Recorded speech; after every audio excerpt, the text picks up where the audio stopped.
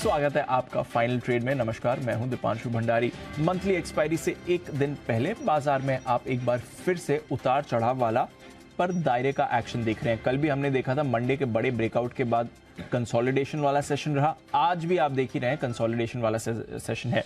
सुबह थोड़े सुस्त जरूर हुए थे, एक बार के लिए बाजार गिरावट भी आई थी, पर उसके बाद आपने एक अच्छी रिकवरी देखी और रिकवरी के बाद एकदम फ्लैट छोटे दायरे में बाजार आपको अटके हुए दिख रहे हैं। तो क्या स्ट्रैटेजी बनानी है आखिरी 1.5 घंटे के लिए, कौन से स्टॉक्स में आएगा एक्शन और कल की एक्सपायरी से पहले आपको क्या करनी है तैयारी, बताएंगे आने वाले 1.5 घंटे में। हमारे एक्सपर्ट्स भी जुड़ने के लिए हैं तैयार। आइए उससे पहले इस समय की बड़ी बातें क्या हैं वो जान लेते हैं। सीमित दायरे में है कारोबार, बट दिन की ऊंचाई के आसपास ट्रेड हो रहा है। 17,800 के ऊपर थोड़ी देर पहले निफ्टी गया भी था, उसके हल्का नीचे इस समय आपको कारोबार होते हुए दिख रहा है। निफ्टी बैंक सुबह की गिरावट के बाद अच्छी रिकवरी आई है, करीब 50 अंक ऊपर है, 42,750 के आसपास। अच्छा एक्शन आपको आज कुछ सेक्टर्स में आते दिख रहा है। रियल एस्टेट स्टॉक्स में अच्छी मूव दिख रही है, बाकी भी सेक्टर्स एक्शन में हैं, बट मेटल्स, फार्मा, एनर्जी यहां पर आपको हल्का दबाव दिख रहा है। बाकी सेक्टर्स फिर भी थोड़े ठीक ठाक बने हुए हैं। रियल एस्टेट स्पेशली यहां पर रखिए नजर, आज एक जबरदस्त रिबाउंड आया है। थोड़े कैप गुड स्टॉक्स भी एक्शन में है, कंजम्पशन से भी थोड़ा सहारा मिल रहा है। गुजरात की जो पीएसयू कंपनीज हैं वहां पर बंपर तेजी आपको आती हुई दिख रही है, क्योंकि गुजरात सरकार ने पीएसयू कंपनीज के लिए डिविडेंड पे आउट पॉलिसी और अट्रैक्टिव कर दी है। बायबैक लाने को कहा है, अगर आप सर्टेन वैल्यू के ऊपर हैं, स्टॉक स्प्लिट और बोनस शेयर्स देने को कहा है। तो काफी सारे बदलाव हुए हैं। तो जो 7-8 गुजरात स्थित पीएसयू कंपनीज है वहां पर तो जबरदस्त रैली बनी हुई है। इसके बारे में थोड़ी और डिटेल्स भी देंगे आपको। ग्लोबल मार्केट्स सुबह से हम देख रहे हैं, डाउ फ्यूचर्स थोड़े एक्टिव दिख ही रहे थे, 50 अंक ऊपर आपको दिख रहे हैं इस समय। नैस्डैक फ्यूचर्स में जबरदस्त तेजी आ रही है, 2 बड़े नतीजों का आज रिएक्शन भी आने वाला है वहां पर। तो माहौल ठीक है। यूरोप में आपको ऑफकोर्स कमजोरी और सुस्ती इस समय दिख रही है, पर कोई ऐसी बड़ी गिरावट नहीं आ रही है ग्लोबल मार्केट्स में। हमारे बाजार भी रेंज में है और ट्रिगर्स ज्यादातर आपको स्टॉक स्पेसिफिक और अर्निंग से ही आ रहे हैं। बट अच्छी बात है, जो पहले आधे 1 घंटे में बाजार ने दिन का लो बनाया था 17,711 पर, वहां से आप अच्छी रिकवरी दिखा रहे हैं। 17,711 का लो है, 17,810 का हाई है। तो एक बार फिर से 100 पॉइंट की रेंज में ही आपको कंसोलिडेशन होते हुए दिख रहा है। कोई वहां पर परेशानी वाली बात नहीं है। बैंक निफ्टी की भी बात करें तो वही पहले आधे 1 घंटे का जो डिप बना था वहां से आपने जबरदस्त रिकवरी देखी है। डेज हाई पर बैंक निफ्टी ट्रेड करते हुए दिख रहा है। 42,430 का आपको लो बनते हुए दिखा है और 42,800 के आसपास का हाई है। तो अगेन यहां पर भी बहुत ही सीमित दायरे में कारोबार हो रहा है। स्टॉक्स का रोटेशन भरपूर आपको आते हुए दिखा है और यहीं पर रखिएगा नजर। चुनिंदा बैंक्स में भी एक्शन है, 1-2 एनबीएफसीज भी आपको मूव कर रही हैं। ऑफ कोर्स बजाज फाइनेंस के नतीजों का इंतजार है। कंजम्पशन स्टॉक्स एक बार फिर से आपको एक्शन में आ रहे हैं। नतीजों के बाद टाटा कंज्यूमर काफी मजबूत दिख रहा है। आज ऑटो स्टॉक्स भी थोड़े एक्टिव आपको आते दिख रहे हैं और आईटी का भी सहारा है। टीसीएस में आपको स्पेशली खरीदारी दिख रही है। एचयूएल भी ऊपर है, एलएनटी यहां पर भी एक बार फिर से गेन्स आ रही हैं। तो स्टॉक स्पेसिफिक थोड़ा एक्शन है। स्टॉक्स बाजार को संभालने की भी कोशिश कर रहे हैं। ब्रेथ आपकी ज्यादातर फेवरेबल है, एडवांसेस ज्यादा हैं, डिक्लाइंस कम है। तो बाजार का मूड माहौल तो ठीक ही दिख रहा है। आइए इस मूड माहौल में कुछ नतीजे जो आ गए उनकी बात करते हैं और कुछ ट्रिगर जो हैं उनकी बात करते हैं। सबसे पहले तो पूना वाला फिनकॉप, इसी को कर लेते हैं फोकस, क्योंकि बात करते करते इसके नतीजे आए हैं। स्टैंड अलोन मुनाफा डबल हो गया है, 90 करोड़ का आपने मुनाफा यहां पर 180 करोड़ का आते हुए दिख रहा है। तो जबरदस्त परफॉर्मेंस प्रॉफिट फ्रंट पर आती हुई दिख रही है। मुनाफे पर आय की अगर आप बात करें, ओवरऑल रेवेन्यू की बात करें तो यहां पर भी 50% की ग्रोथ आपको आती हुई दिख रही है। ओवरऑल रेवेन्यू में 50% की ग्रोथ पूना वाला फिनकॉप आपके लिए लेकर आया है। तो बढ़िया परफॉर्मेंस दिख रही है। नेट इंटरेस्ट इनकम ये भी 52% बढ़ी है। 250 करोड़ की नेट इंटरेस्ट इनकम बढ़कर आपकी 380 करोड़ की आ चुकी है। तो बढ़िया परफॉर्मेंस पूना वाला फिनकॉप की तरफ से आ रही है। आय डबल हो गई है, 90 करोड़ की 180 crore, net interest income 250 crore की बढ़कर 380 करोड़। शानदार नतीजे पूना वाला फिनकॉप के। स्टॉक में अभी अभी रिएक्शन नहीं आया है, जब तक आता है तब तक एटलीस्ट टेक्निकल लेवल्स जान लेते हैं। कुणाल जी स्वागत है सर, गुड आफ्टरनून। पूना वाला फिनकॉप नंबर्स आ गए हैं, जरा देखें एक बार चार्ट्स पर। देखिए दीपांशु, चार्ट भी बहुत स्ट्रांग है। नीचे के लेवल से आज भी हम एक इंट्राडे रिकवरी देख रहे हैं। एक माइनर कंजेशन मुझे 320 रुपए के आसपास नजर आता है। 320 के ऊपर स्टॉक निकलेगा तो फिर इसमें एक अच्छी रैली बनेगी और अगला जो पड़ाव है वो 335 का है, तो 320 के ऊपर निकलता है तो 335 तक जाने की पूरी संभावना है। और वैसे भी मध्यम से लंबी अवधि के लिए अगर निवेश है किसी का तो इसमें बने रहना चाहिए। और डिस्क्लेमर यह है कि इस पर पहले भी दीपांशु कई बार मैं और राकेश जी दोनों खरीदारी की राय दे चुके हैं। बिल्कुल, तो आपके रेडार पर रहा है, हमारे बाकी एक्सपर्ट्स के भी रेडार पर रहा है, कंपनी भी ज़बरदस्त रही है और परफॉर्मेंस इस बार की आई है वो शानदार आपको आती हुई दिख रही है। डबल हो गया है मुनाफा, नेट इंटरेस्ट इनकम आपकी 50% बढ़कर आ रही है और क्या चाहिए। पूना वाला फिनकॉप, इसको रखें अपने रेडार पर। आइए जानते हैं कुछ और नंबर्स भी जो आ चुके हैं। अरमान भी हमारे साथ है तैयार और फिर कुशल से उन थोड़े ट्रिगर्स भी लेंगे। अरमान, गुड आफ्टरनून, बताएं और कहाँ पर बाजार में एक्शन दिख रहा है स्टॉक स्पेसिफिक अगर बात करें तो। जी बिल्कुल, कुछ ही टाइम पहले अगर आप देखा केपीआईटी टेक के नतीजे आते हुए दिखे थे। अगर आप मुनाफे की बात करें, मुनाफा 100 करोड़ से बढ़कर 112 करोड़ के आसपास आता हुआ दिखा है। आय में भी आपको बढ़त दिखेगी, 917 करोड़ से बढ़कर लगभग 1017 करोड़ के आसपास आती हुई दिखी है। वहीं अगर आप इबिट मार्जिन्स की बात करें तो वो लगभग वहीं पर ही रहे हैं 13.8% के आसपास, और कंपनी ने 2.65 प्रति शेयर का जो है इंटरिम डिविडेंड का ऐलान भी किया है। खबरों में यूनियन बैंक पर ध्यान रखिएगा कि 10,100 करोड़ के जो फंड जुटाने की बोर्ड की मंजूरी मिलती हुई दिखी है। उसमें बाइफर्ग्रेशन की बात करें तो 8,000 करोड़ जो है वो कंपनी जो है इक्विटी के लिए, इक्विटी के जरिए और बॉन्ड के जरिए लगभग 2,100 करोड़ है वो उसके बॉन्ड के जरिए जुटाने के उन्होंने जो मंजूरी मिलती हुई दिखी है। केस इंटरनेशनल यहाँ पर एक ऑर्डर भी आता हुआ दिखा है, लगभग 1,017 करोड़ का एक इनको ऑर्डर मिलता हुआ दिखा है, जो ट्रांसमिशन, सिविल की, और अगर आप देखिए केबल कारोबार के लिए जो है इनको ये ऑर्डर मिला है। टेक्सटाइल स्टॉक्स पर ध्यान रखिएगा क्योंकि राउटर्स के हवाले से खबर आती हुई दिखी है। पीएलआई स्कीम्स के चलते दिसंबर 2022 तक 8 सेक्टर्स को पीएलआई के तहत लगभग 2,800 करोड़ का भुगतान है। उसी के साथ साथ टेक्सटाइल सेक्टर के लिए स्पेसिफिकली अगर आप बात करें तो दूसरी पीएलआई स्कीम पर चर्चा जो है वो एडवांस स्टेजेस में है। ये भी राउटर्स के हवाले से जो है अपडेट आती हुई दिखी है। ब्लॉक डील्स अंत में आरवीएनएल लगभग 2.4 करोड़ शेयर्स, आईआरएफसी 20 लाख और हिंडाल को 10 लाख शेयरों के कई सौदे किए गए। आपके लिए कुछ खबरें, ज्यादा खबरें नहीं आई हैं, नतीजे काफी सारे आने वाले हैं। अभी तक बहुत कम नतीजे आए हैं, पूना वाला और केपीआईटी हैं जो 2 प्रोमिनेंट नतीजे अब तक आपको आते हुए दिखे हैं। पर और कौन से नतीजे आने हैं, बाकी क्या ट्रिगर्स हैं बाजार के, आइए ये भी जान लें एक बार। कुशल है हमारे साथ तैयार। गुड आफ्टरनून कुशल, बताइए। Good afternoon Deepa. नंबर्स अभी भी काफ़ी आने बाकी हैं, जैसे कि आप बता रहे हैं। Bajaj Finance, HDFC Life, Maruti Suzuki, SBI Life, ये नंबर्स आएंगे निफ्टी से। साथ ही एफएनओ स्पेस से LTTS, Syngene, Voltas, Canfin Homes, OFSS और साथ साथ इंडस टावर्स के नंबर्स पर भी आपको नजर रखनी है। कैबिनेट और सीसीए की बैठक होने वाली है शाम 5 बजे, तो वहाँ पर भी नजर रखिए। और कल के दिन में भी अर्निंग्स हैवी डे होने वाला है। निफ्टी से Axis Bank, HUL, Bajaj Finserv, Tech Mahindra और विप्रो अपने नंबर्स डिक्लेयर करेंगी। एफएनओ की लंबी सूची है। कोफोर्ज, एलटीए, माइंट्री, एम्फेसिस जैसे स्टॉक्स पर फोकस करिए। विप्रो यहाँ पर बोर्ड बैठक में नतीजों के साथ साथ शेयर बायबैक पर भी विचार किया जाएगा। साथ ही वेल्समन इंडिया यहाँ पर बायबैक और डिविडेंड को लेकर बोर्ड बैठक कर रहा है कल के दिन में। हनीवेल ऑटोमेशन, एफएनओ में इसका कल आखिरी दिन होगा, मंथली एक्सपायरी ये खत्म होगी, तो नेक्स्ट सीरीज से हनीवेल एफएनओ में नहीं रहेगा। पीएनबी हाउसिंग फाइनेंस, इसका राइट्स इशू बंद होता हुआ नजर आएगा। 13 तारीख को ये राइट्स इशू इनका खुला था, तो ये एक अपडेट है। और साथ ही कुछ निफ्टी इंडाइसेस में बदलाव होने वाले हैं कल की क्लोजिंग के बाद, जिसमें निफ्टी 500 में बजाज इलेक्ट्रिकल्स और एडलवाइस फाइनेंशियल सर्विसेज हट जाएंगे और एरिस लाइफ साइंस और एनएमडीसी स्टील उसमें जुड़ते हुए दिखेंगे। स्मॉल कैप 100 में बजाज इलेक्ट्रिकल हटकर कोचिन शिपयार्ड इसमें जुड़ेगा। आईपीओ के लिहाज से मैनकाइंड फार्मा का आईपीओ बंद हो जाएगा।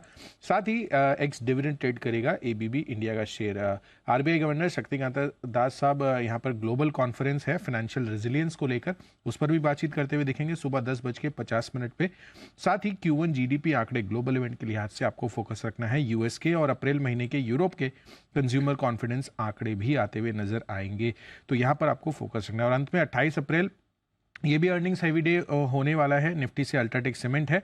एफएनओ में भी काफ़ी सारी कंपनियां हैं, इसमें Atul limited, Mahindra and Mahindra financial services, L&T financial holdings जैसे स्टॉक्स शामिल हैं। इंडिया मार्ट इंटरमेश बोर्ड बैठक में नतीजों के साथ साथ बोनस इशू और साथ ही अंतरिम डिविडेंड पर विचार किया जाएगा। कुछ एक कंपनियां जो एनएससी पर ट्रेड होती थी, जिसमें परमिटेड टू ट्रेड कैटेगरी में थी, वो निकल जाएंगी, या फिर आप कह सकते हैं कि वो एनएससी पर अब ट्रेड नहीं होंगे, जिसमें SpiceJet, BSC Agrolife, Hindustan foods और लैंसर कंटेनर लाइन्स बीएससी पर ऑलरेडी लिस्टेड है, तो एनी विच वेज वहाँ पर तो ट्रेड हो गए ही। एचसीएल टेक्नोलॉजीज अंतरिम डिविडेंड दिया था, सनोफी इंडिया ने भी जो डिविडेंड दिया था, एक्स डिविडेंड ये ट्रेड होते हुए दिखेंगे। और अंत में भारत यहाँ पर एससीओ यानी कि जो शंघाई कोऑपरेशन ऑर्गेनाइजेशन है, वो डिफेंस मिनिस्टर्स की मीटिंग होने वाली है नई दिल्ली में, तो यहाँ पर आपको नजर रखनी है बैंक ऑफ जापान की जो पॉलिसी है ग्लोबल इवेंट के लिहाज से वो भी बड़े फोकस में रहेंगे। तो ग्लोबल और लोकल इवेंट्स काफ़ी सारे हैं। कुछ ज़्यादा ही ट्रिगर्स हुए हैं, लंबी लिस्ट है एक्शन की, और ऑफ कोर्स नतीजों का सीजन फुल फ्लो में है, तो इसका भी आप पूरा मूवमेंट आते हुए देख रहे हैं। आइए, सारे मेहमान भी हैं तैयार, राकेश जी, कुणाल जी, साथ ही सुमित जी, हिमांशु गुप्ता साहब, सचित जी और आशु सर, इनसे करेंगे अब बाजार की चाल पर बातचीत। टाटा कंज्यूमर रुकने का नाम नहीं ले रहा है, अच्छा एक्शन इस पर बना है। सुबह इसकी बात हो रही थी, कल भी हमारे रेडार पर था, नतीजों से पहले अच्छा दिख रहा था, अब नतीजों के बाद और भी अच्छी मूव इस पर आती हुई दिख रही है, और रनअप काफी अच्छा रहा है। अगर आप इस हफ्ते भी देखेंगे तो लगातार तीसरे दिन टाटा कंज्यूमर की तेजी है और निफ्टी का टॉप गेनर इस समय ये काउंटर बना हुआ है। हिमांशु जी, गुड आफ्टरनून सर, एक बार नजर डालें, टाटा कंज्यूमर बढ़िया मूव इस पर बनी हुई है। गुड आफ्टरनून टू यू दीप। बिल्कुल दीप, देखिए नंबर से पहले भी इसमें एक अच्छा मूव देखने को मिला था और उसके बाद वापस से कंटिन्यूएशन मूव आज देखने को मिल रही है। मेरा ऐसा मानना है कि ये जो तेजी है ये आने वाले 1 से 2 दिन और तेजी कंटिन्यू हो सकती है और शॉर्ट टर्म में ये स्टॉक 765-770 रुपए तक जाने का पोटेंशियल रखता है। हालांकि ये जो कल मंथली एक्सपायरी है इसमें 750 रुपए पर थोड़ा सा एक हर्डल है, तो हो सकता है 750-752 पर थोड़ा सा एक रुकावट देखने को मिले, but all in all setup अब पॉजिटिव है। कोई भी गिरावट 732-735 के आसपास मिलती है तो वो खरीदारी के लिए एक अच्छे लेवल है। ओके, तो यह है आपके लिए टाटा कंज्यूमर डेज हाई पर ट्रेड कर रहा है, 744 का लेवल इस समय, निफ्टी का टॉप गेनर। आइए चार्ट कॉर्नर का बिगुल राकेश जी, कुणाल जी के लिए।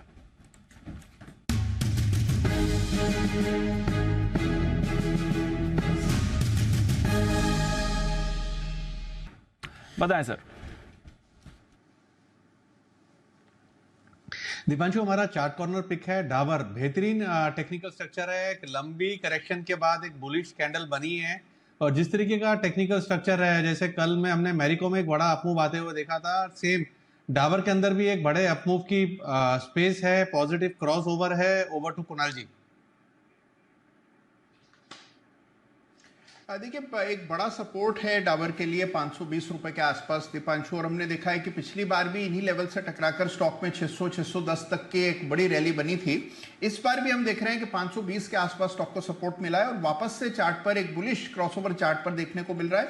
स्ट्रक्चर बहुत स्ट्रांग है और अब ये 200 डेज मूविंग एवरेज की तरफ स्टॉक बढ़ रहा है, तो मौजूदा स्तरों पर बाय करके चलें। यहाँ पर 525 रुपए पर 525 पर स्टॉप लॉस रखें। पहला टारगेट होगा 542 रुपए का, 542 का, इवेंचुअल टारगेट 550 रुपए का, 550 का, तो 542-550 के लक्ष्य के लिए डाबर में खरीदारी की राय है। स्टॉप लॉस रखना है 525 खबर पर रखिए नजर। अभी हम टाटा कंज्यूमर की बात कर ही रहे थे, कंजम्पशन से पूरा सहारा बाजार को मिल रहा है। आई थिंक कल HUL के नंबर्स आने वाले हैं, इस पर भी करेंगे फोकस, ये स्पेस अच्छे एक्शन में है। बट आइए, अनिल जी भी हैं हमारे साथ और उनसे भी थोड़ी बाजार की बात करते हैं।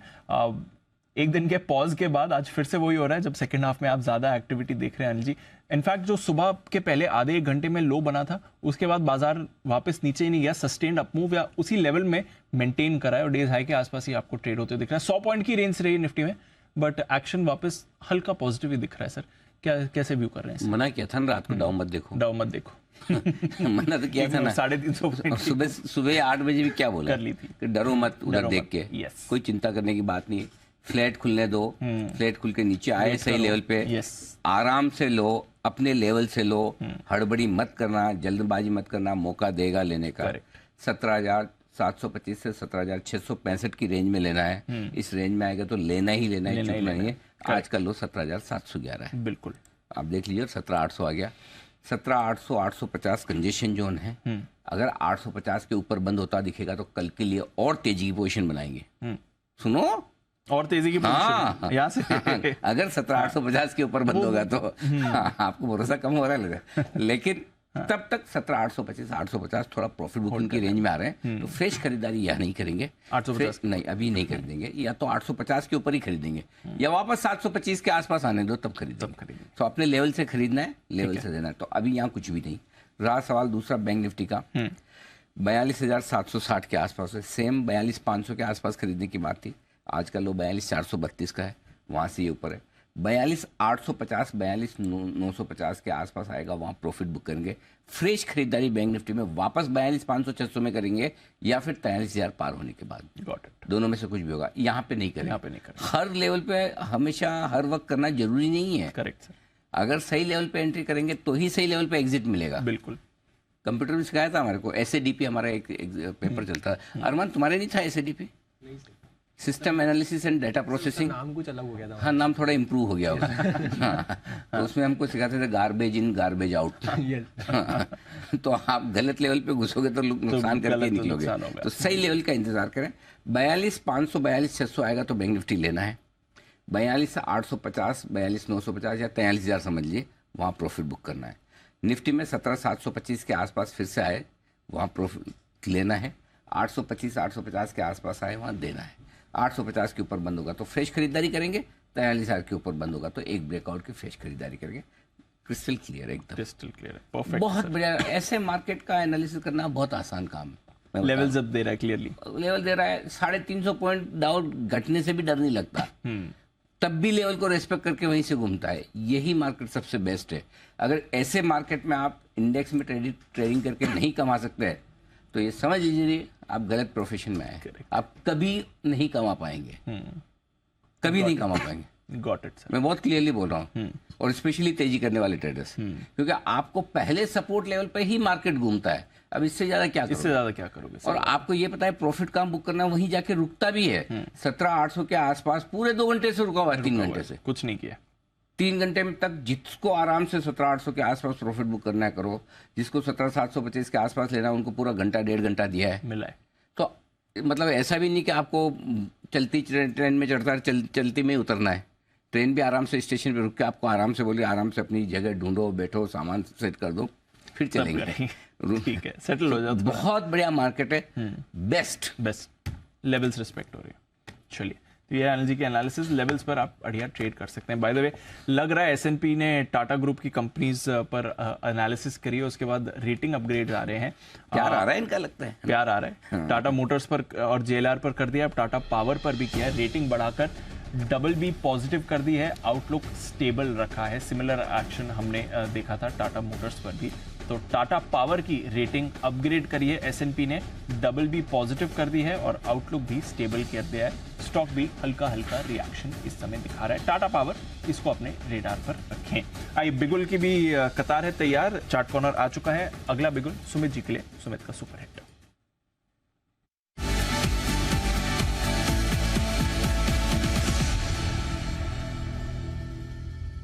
बताएं Sumit ji. Good afternoon Deepanshu. Deepanshu, buy का स्टॉक रडार पे आया है। स्टॉक का अभी भाव चल रहा है 104 रुपया 75 पैसा, 104 रुपया 80 पैसा। स्टॉक का नाम है new India insurance company limited, जिसका सिंबल है NIACL। NIACL के अंदर मोमेंटम अभी बन रहा है। पिछले 3 दिनों का हाई स्टॉक अभी ब्रेक कर रहा है। न्यू इंडिया इंश्योरेंस के अंदर यहाँ से ऊपर का मूव देखने को मिलना चाहिए। नीचे में जो इसका स्टॉक का सपोर्ट है 102 रुपया 101 रुपए के पास है, तो 102 रुपए के नीचे का स्टॉप लॉस लगाना है। ऊपर के अंदर 110 रुपए का इसका पहला टारगेट बनेगा, 114 रुपए का इसका दूसरा टारगेट बनेगा। 2-3 दिनों का व्यू लेके न्यू इंडिया इंश्योरेंस के अंदर खरीदारी करें। 102 के नीचे का स्टॉप लॉस, 110 और 114 के टारगेट इसके लिए। न्यू इंडिया इंश्योरेंस यहां पर करनी है खरीदारी, सुमित जी की राय। बिगुल सचित जी के लिए BTS BT।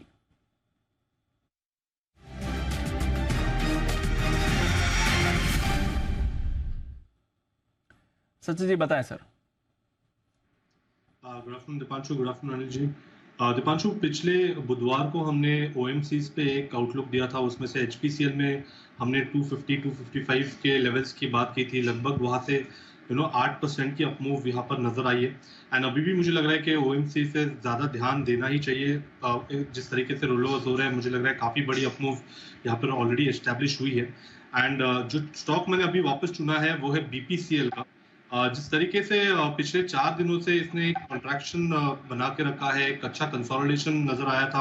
345 के आसपास का एक बेस काफी अच्छी तरह वेल डिफाइन हो चुका है, तो मुझे लग रहा है यहाँ से वापस एक लिफ्ट ऑफ होना चाहिए BPCL के काउंटर में।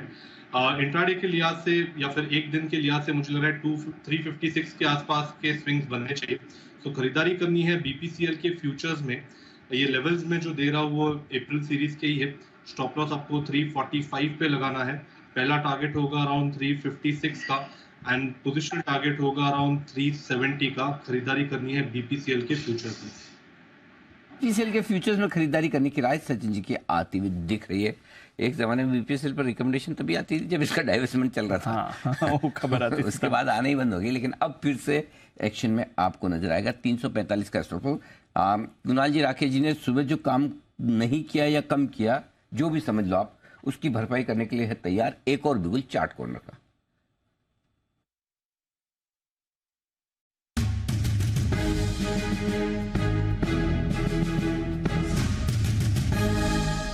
बताएं सर। अनिल जी, ऐसा नहीं मानिए कि काम कम करा है अनिल जी। आज कम से कम 3 बिगुल उसके बाद और बजेंगे, हमारे पास स्टॉक्स हैं। और अनिल जी, ऐसा सुनने में आया है हाँ। कि आज के शो में, क्लोजिंग शो में, जो सबसे ज्यादा बिगुल जिसके बजेंगे, हाँ। उसको अनिल जी अपने साथ, मतलब कि अगली बार क्रूज पे लेके चलेंगे। तो मैं और कुणाल जी फुली गेयर्ड अप है अनिल जी। ओहो, वंडरफुल। उम्मीद पे दुनिया कायम है, लगे रहो। लगे रहो। बताओ सर, पहला वाला, आई मीन दूसरा। दूसरा वाला pick Anil ji, banking space से इंडसइंड बैंक। नतीजे आए थे, एक रेड कैंडल, एक ब्लैक कैंडल बनी थी, और आज एकदम क्लियरली रिवर्सल है। शॉर्ट टर्म चार्ट पे देखें तो राउंडिंग बॉटम पैटर्न फॉर्मेशन है, और जिस तरीके का इसका टेक्निकल चार्ट है, ये इस एक्सपायरी के नजरिए से भी और अगले 1-2 दिन के लिए भी एक बढ़िया स्टॉक साबित हो सकता है। तो इंडसइंड बैंक है chart corner pick. Over to Kunal ji. देखिए नहीं जी, 2 सत्र पहले काफी सारे शॉर्ट्स इसमें ट्रैप हुए, उसके बाद हमने इसमें रिकवरी आते हुए देखी और एक बुलिश पैटर्न बना है, जिसको बुलिश फ्लैग पैटर्न कहते हैं। ब्रेकआउट आता हुआ दिख रहा है। 1120 1120 का स्टॉप लॉस रखकर खरीदारी की राय है। पहला टारगेट 1155, इवेंचुअल टारगेट 1180। तो 1155 1180 के टारगेट के लिए इंडसइंड में खरीदारी की राय है। 1155 1180 दो टारगेट खरीदे इंडसइंड बैंक को। नतीजों के बाद अपग्रेड्स आए हैं और लोगों को पसंद भी आ रहा है कि यहाँ खरीदारी की जानी चाहिए। आइए बढ़ते आगे, एक बार जरा व्यू बाजार पर डायरेक्शन आशु सर से भी लिया जाए, साथ ही निफ्टी पर अगर उनकी कोई स्ट्रेटेजी है तो भी। आशु सर, स्वागत है आपका, गुड आफ्टरनून, बताएं। अनिल जी, बाजार में पकड़ बिल्कुल कंटिन्यू है, और जो अपना व्यू था कि नीचे में 550 600, ऊपर में 850, अभी भी निफ्टी अनिल जी उसी रेंज के अंदर है। पकड़ है, बायस पॉजिटिव है, और कल 850 बिल्कुल हो सकता है, तो डिप में लेना ही चाहिए अनिल जी। आज भी, कल अपना भी सेम व्यू था, सुबह भी मैंने आज कई बार ट्वीट डाला कि अगर गैप अप हो तो लेना है, गैप डाउन में शॉर्ट नहीं करना, गैप डाउन में रिकवरी आएगी। तो अनिल जी वही सबसे व्यू शेयर कर रहे हैं इंडेक्स का, कि इंडेक्स पूरी पकड़ में है, पूरी एक्सपायरी पकड़ में है, and same is the case with bank Nifty. तो अनिल जी बैंक निफ्टी में तो कल के लिए एक बुल स्प्रेड भी है। और बाकी अनिल जी, जो हमने जिस स्टॉक्स के बारे में बात की थी कि जो इस एक्सपायरी में ऊपर चल सकते हैं, फिर रिपीट कर रहा हूं अनिल जी, एक्सपायरी में किया था, पिछली बार भी किया था, एक्सपायरी अलर्ट में भी किया था। Banking, axis bank, ICICI bank और अनिल जी बैंक निफ्टी के कंपोनेंट्स सारे स्ट्रॉन्ग है। बाकी अनिल जी निफ्टी में थोड़ी सी थकान है। निफ्टी में अनिल जी सबसे अच्छी चीज जो दोनों इंडेक्स में अनिल जी, इंडेक्स में लोग शॉर्ट हैं। अभी भी अनिल जी लोग मानते नहीं, अपना गुस्सा जो मैं बार बार बोलता हूं, भाई स्टॉक पे निकाल लो, इंडेक्स पे नहीं निकालो। स्टॉक लॉन्ग करके इंडेक्स करते हैं। कल भी आपने अनिल जी शाम को देखा कैसे रिलायंस में ब्रेकआउट हो रहा था, और आज रिलायंस, मतलब मार्केट ऊपर है, रिलायंस नीचे है। तो अनिल जी स्टॉक्स में आपको धोखा हो सकता है, मतलब राइट होके आप रॉन्ग हो सकते हैं, अगर इंडेक्स में नहीं हो सकता अनिल जी, अनलेस कोई ड्रास्टिकली चीज गलत हो जाए। वो टेम्परेरी शॉर्ट टर्म के लिए हो सकता है। और अनिल जी ये 100 पॉइंट वॉलिटिलिटी भी अब एक और बढ़ रही है। अनिल जी देखिए, जो मैं आपको एक चीज बोलता हूं, once an option seller always an option seller. Anil ji इस विक्स पे भी अब ना ऑप्शन सेलिंग इतनी आसान नहीं रही है। अब मैं सब लोगों को बार बार बोल रहा हूं कि लेने की भी आदत डालो, ऑप्शन लेके बेचने की डालो, लेना जरूर चाहिए, क्योंकि ऐसे बाजार घूमेगा। और अनिल जी वो जो हम कहते हैं ना बार बार के थीटा स्कैल्पिंग, वो अनिल जी थीटा तो रह जाएगा, वो स्कैल्पिंग कैसे होगी अगर रेट ही नहीं होंगे। मतलब थीटा इज टाइम तो रह जाएगा, लेकिन अगर रेट ही नहीं होंगे ऑप्शन के बेच के, तो क्या स्कैल्पिंग क्या करोगे। तो अनिल जी ये कोई भी सेक्रेट मॉडल नहीं होता, मॉडल चेंज होगा। और इसी वजह से अनिल जी ये volatility with in A band बहुत रहेगी, कभी 50 ऊपर, कभी 50 नीचे, 100 ऊपर, और दोनों तरफ ये ट्रेडर्स के लिए मुश्किल होता जाएगा। तो ये बहुत इंटरेस्टिंग चीज है अनिल जी, आने वाले कुछ हफ्तों में आप देखेंगे दिस विल अनफोल्ड, मतलब ये वॉलिटिलिटी और बढ़ जाएगी। तो अनिल जी कल के लिए एक बैंक निफ्टी का स्प्रेड है अनिल जी, बुल स्प्रेड है, आप कहें तो मैं शेयर करूं। इरशाद, बिल्कुल सर, बताएं। अनिल जी बैंक निफ्टी का जो स्पॉट लेवल है 42,750 है, तो 42,700 की इन द मनी कॉल लेनी है एक, 42,900 की 2 आउट ऑफ द मनी बेचनी है। अनिल जी स्प्रेड की कॉस्ट है 20 रुपए, आप ऑलरेडी 60 रुपए इन द मनी है, और इस स्प्रेड की कॉस्ट है 20 रुपए, मीन 720 के ऊपर 43,100 तक कहीं भी बैंक निफ्टी बंद हो गया, आपको प्रॉफिट ही प्रॉफिट होगा। अनिल जी, मुझे लगता है पिछली बार की तरह जो बार बार शॉर्ट कवरिंग आ रही है, कल भी 43,000। अनिल जी देखिए, इंडेक्स इतना प्यारा प्लेस्ड है इस वक्त कि मतलब कहीं पे भी ले जाया जा सकता है इंडेक्स को, मतलब इतना कंट्रोल में है बुल्स के या स्ट्रॉन्ग हैंड्स के कि इंडेक्स को तो कहीं पे भी, मतलब जो ऑप्शन सेलर को मारने के लिए कहीं पे भी ले जा सकते हैं और दोनों तरफ लेके जाएंगे। तो अनिल जी, दोनों तरफ ट्राई तो करते रहना है और हमें लगा के, हमें तो 20 रुपए लगा के 5 गुना या 4 गुना पैसा करना है। तो अनिल जी 20 रुपए लगा के 42,700 42,900 1:2 का स्प्रेड है, सेफ है 43,100 तक, नीचे कोई रिस्क नहीं है। 43,000 के करीब जाएगा तो अनिल जी इसको बुक कर लेंगे, जो भी निफ्टी प्रीमियम होगा, बाकी तो मैं अपडेट करता ही रहता हूं। परफेक्ट। तो 42,700 का एक कॉल ऑप्शन खरीदे, at the money, slightly in the money कह सकते हैं, एट द मनी माने ये खरीदिए, और 42,900 के 2 कॉल ऑप्शन बेचे। ये राय आपके लिए 20 रुपए की कॉस्ट में आपके लिए पूरा काम हो जाएगा, ऐसा मानना है आपके लिए आशीष सर का। आइए बढ़ते आगे और एक बड़ी और एक्सक्लूसिव खबर की तरफ चलते हैं। हमारी एग्जीक्यूटिव एडिटर स्वाति खंडेलवाल हमारे साथ इस वक्त कार्यक्रम में हो रही शामिल। आइए जानते हैं उनके पास क्या है बड़ी खबर। स्वाति, बताइए। जी बिल्कुल सर, एक M&A से रिलेटेड बड़ी खबर है इस वक्त, और एस्टर डीएम ये कंपनी हमारे फोकस में है क्योंकि सूत्र हमें बता रहे हैं और इन्वेस्टमेंट बैंकिंग सोर्सेज ने ये कंफर्म किया है। पहले भी इस पर बातचीत चल रही थी, बट अब एस्टर डीएम के प्रोमोटर्स ने एक फाइनल मन बना लिया है। फाइनल स्टेजेस में वो अपने गल्फ बिजनेस को डीमर्ज कर बेचने की तैयारी में है। और जिस तरीके की वैल्यूएशन की हम बात करें तो गल्फ बिजनेस एंटरप्राइज वैल्यू उसकी अराउंड 1.3 to 1.4 बिलियन डॉलर्स यहाँ मानी जा रही है, और 2 बिडर्स यहाँ शॉर्टलिस्टेड भी हैं इस डील को लेकर। प्राइस नेगोशिएशंस चल रहे हैं सर, और 2 बिडर्स के मैं नाम बता दूं, प्राइवेट इक्विटी फर्म फजार कैपिटल एक है, एक दुबई की फाइनेंशियल सर्विसेज आर्म है जो गल्फ इस्लामिक इन्वेस्टमेंट्स के नाम से जानी जाती है, ये भी यहाँ दिलचस्पी दिखा रहे हैं। तो ये दोनों ही शॉर्टलिस्टेड कैंडिडेट्स हैं जिससे बातचीत हो रही है।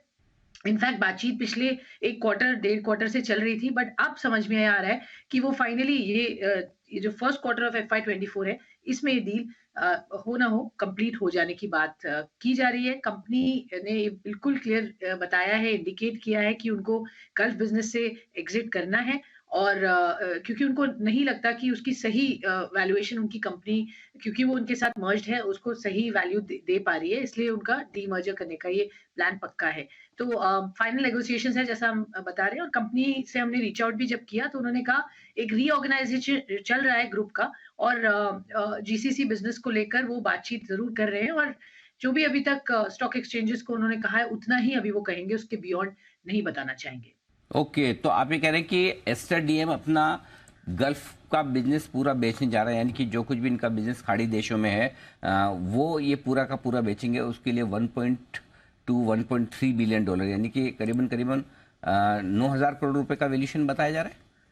जी, एंटरप्राइज वैल्यू इसकी ये मानी जा रही है, ये हमें बताया गया है। ओके, मार्केट कैप कितना है दीप? करीब मेरे ख्याल से 10-11 हज़ार करोड़ के आसपास होना चाहिए। ओके, और कहाँ तक बात पहुंची, जरा एक बार ये भी बताएं जरा।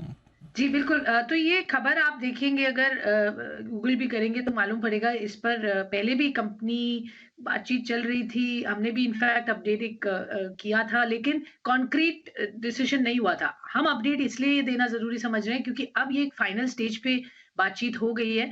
तो अगर हम माने सूत्रों की तो इस क्वार्टर में, इसी first quarter of this year में ये कंप्लीट हो जानी चाहिए। इस फाइनल स्टेज पर है जहां प्राइस नेगोशिएशंस की बात है सर। ओके, तो ये है आपके लिए राय एस्टर डीएम को लेकर यहाँ पर आती हुई दिख रही है। यहाँ पर गल्फ बिजनेस को बेचने की योजना है और इस पर बात आगे बढ़ती हुई दिख रही है। कुछ प्राइवेट इक्विटी इन्वेस्टर्स ऐसे हैं जो इस दौड़ में आगे आते हुए दिख रहे हैं। ये इस स्पेस में डील्स हो रही हैं सर। अभी रिसेंटली हमने फोर्टिस की तरफ से एक छोटी एक्विजिशन देखी थी। एक्सपेंशन काफी चल रहा है, हम देख रहे हैं नए हॉस्पिटल्स खुल रहे हैं। ये स्पेस काफी हेल्थ केयर में हो रहा है, बड़ा एक्शन हो रहा है बिल्कुल। और स्पेशली कोविड के बाद हेल्थ केयर सेक्टर में काफी कंसोलिडेशन हो रहा है और बड़े प्लेयर्स बड़े होते दिख रहे हैं। प्लस जिनको नॉन कोर बिजनेस वाले हैं वो थोड़ा मूव भी कर रहे हैं। आप ये भी देख लीजिए, इफ्का यूनिकेम, हाँ वही है, कल परसों की बात है। हॉस्पिटल, हेल्थ केयर, फार्मा, ये पूरा का पूरा स्पेस है जहाँ पर एक्शन भरपूर होता हुआ दिख रहा है। एक बार जरा बंसल जी से चार्ट पर इस पर राय ली जाए, क्योंकि मुझे याद है शायद कुछ समय पहले रडार पे भी रिकमेंडेशन लिस्ट में भी आया है। Bansal ji, Aster DM chart देखिए जरा, 252 के आसपास। जी अनिल जी, चार्ट्स काफी बढ़िया है और अनिल जी आपकी मेमोरी भी अनिल जी लाजवाब है। इसको अनिल जी रिकमेंड किया था और काफी समय हो गया रिकमेंड करे हुए। 2022 में अनिल जी सितंबर में रिकमेंड किया था इस स्टॉक को। और टेक्निकली चार्ट अच्छा है, निवेश के नजरिए से या निवेश का नजरिया बना के यहाँ पर इन स्तरों पर एक्यूमुलेट करना चाहिए। नीचे में 234 35 एक अच्छा बेस लगता है और टेक्निकली एक री रेटिंग का कैंडिडेट भी लगता है। और पहला टारगेट यहाँ पर 270 271 के बैठते हैं। 270 271 के हर्डल क्रैक होगी तब एक नई टेरिटरी में स्टॉक जाएगा, अनचार्टेड टेरिटरी में, तो तब लेवल्स दोबारा से रिवाइज करेंगे। एज ऑफ नाउ 235 का स्टॉप लॉस, 270 273 के टारगेट के लिए एस्टर डीएम पर खरीदारी की राय है। ओके, तो एस्टर डीएम में खरीदारी करने की राय आपके लिए इस वक्त है और ये बड़ी खबर आपकी स्क्रीन पर भी। आइए बढ़ते हैं आगे और एक बार जल्दी से बिल्कुल सचिन जी के लिए BTS डबल टी का।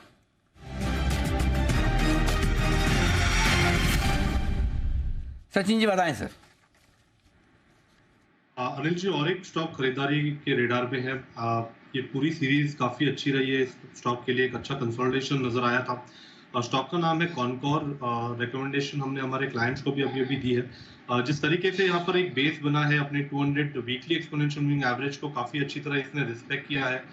600 का लेवल मुझे लग रहा है काफी अच्छा सपोर्ट बन चुका है। यहाँ से भी वापस एक अच्छा लिफ्ट ऑफ होना चाहिए। सो 600 के स्टॉप लॉस के साथ ट्रेडिंग के लिहाज से यहाँ पर लॉन्ग पोजीशन बनाई जा सकती है। पहला टारगेट मुझे लग रहा है 616 के आसपास का है, बट पोजिशनली मुझे लग रहा है 630 635 के आसपास के स्विंग्स भी बन सकते हैं इस पर्टिकुलर काउंटर में। सो खरीदारी करनी है कंटेनर कॉर्प के फ्यूचर्स में। मे के अगर हम लेवल्स देखें तो लगभग अराउंड 610 के आसपास ये ट्रेंड हो रहा है। तो मे के सीरीज के लिहाज से स्टॉप लॉस 608 के आसपास प्लेस्ड है एंड टारगेट मुझे लग रहा है लगभग अराउंड 635 के आसपास है। तो खरीदारी करनी है कॉनकोर के फ्यूचर्स में। और कंटेनर कॉरपोरेशन ऑफ इंडिया खरीदें इस स्टॉक को। राय सचिन जी की, राय सेठी जी की भी। आइए बिगुल के बाद।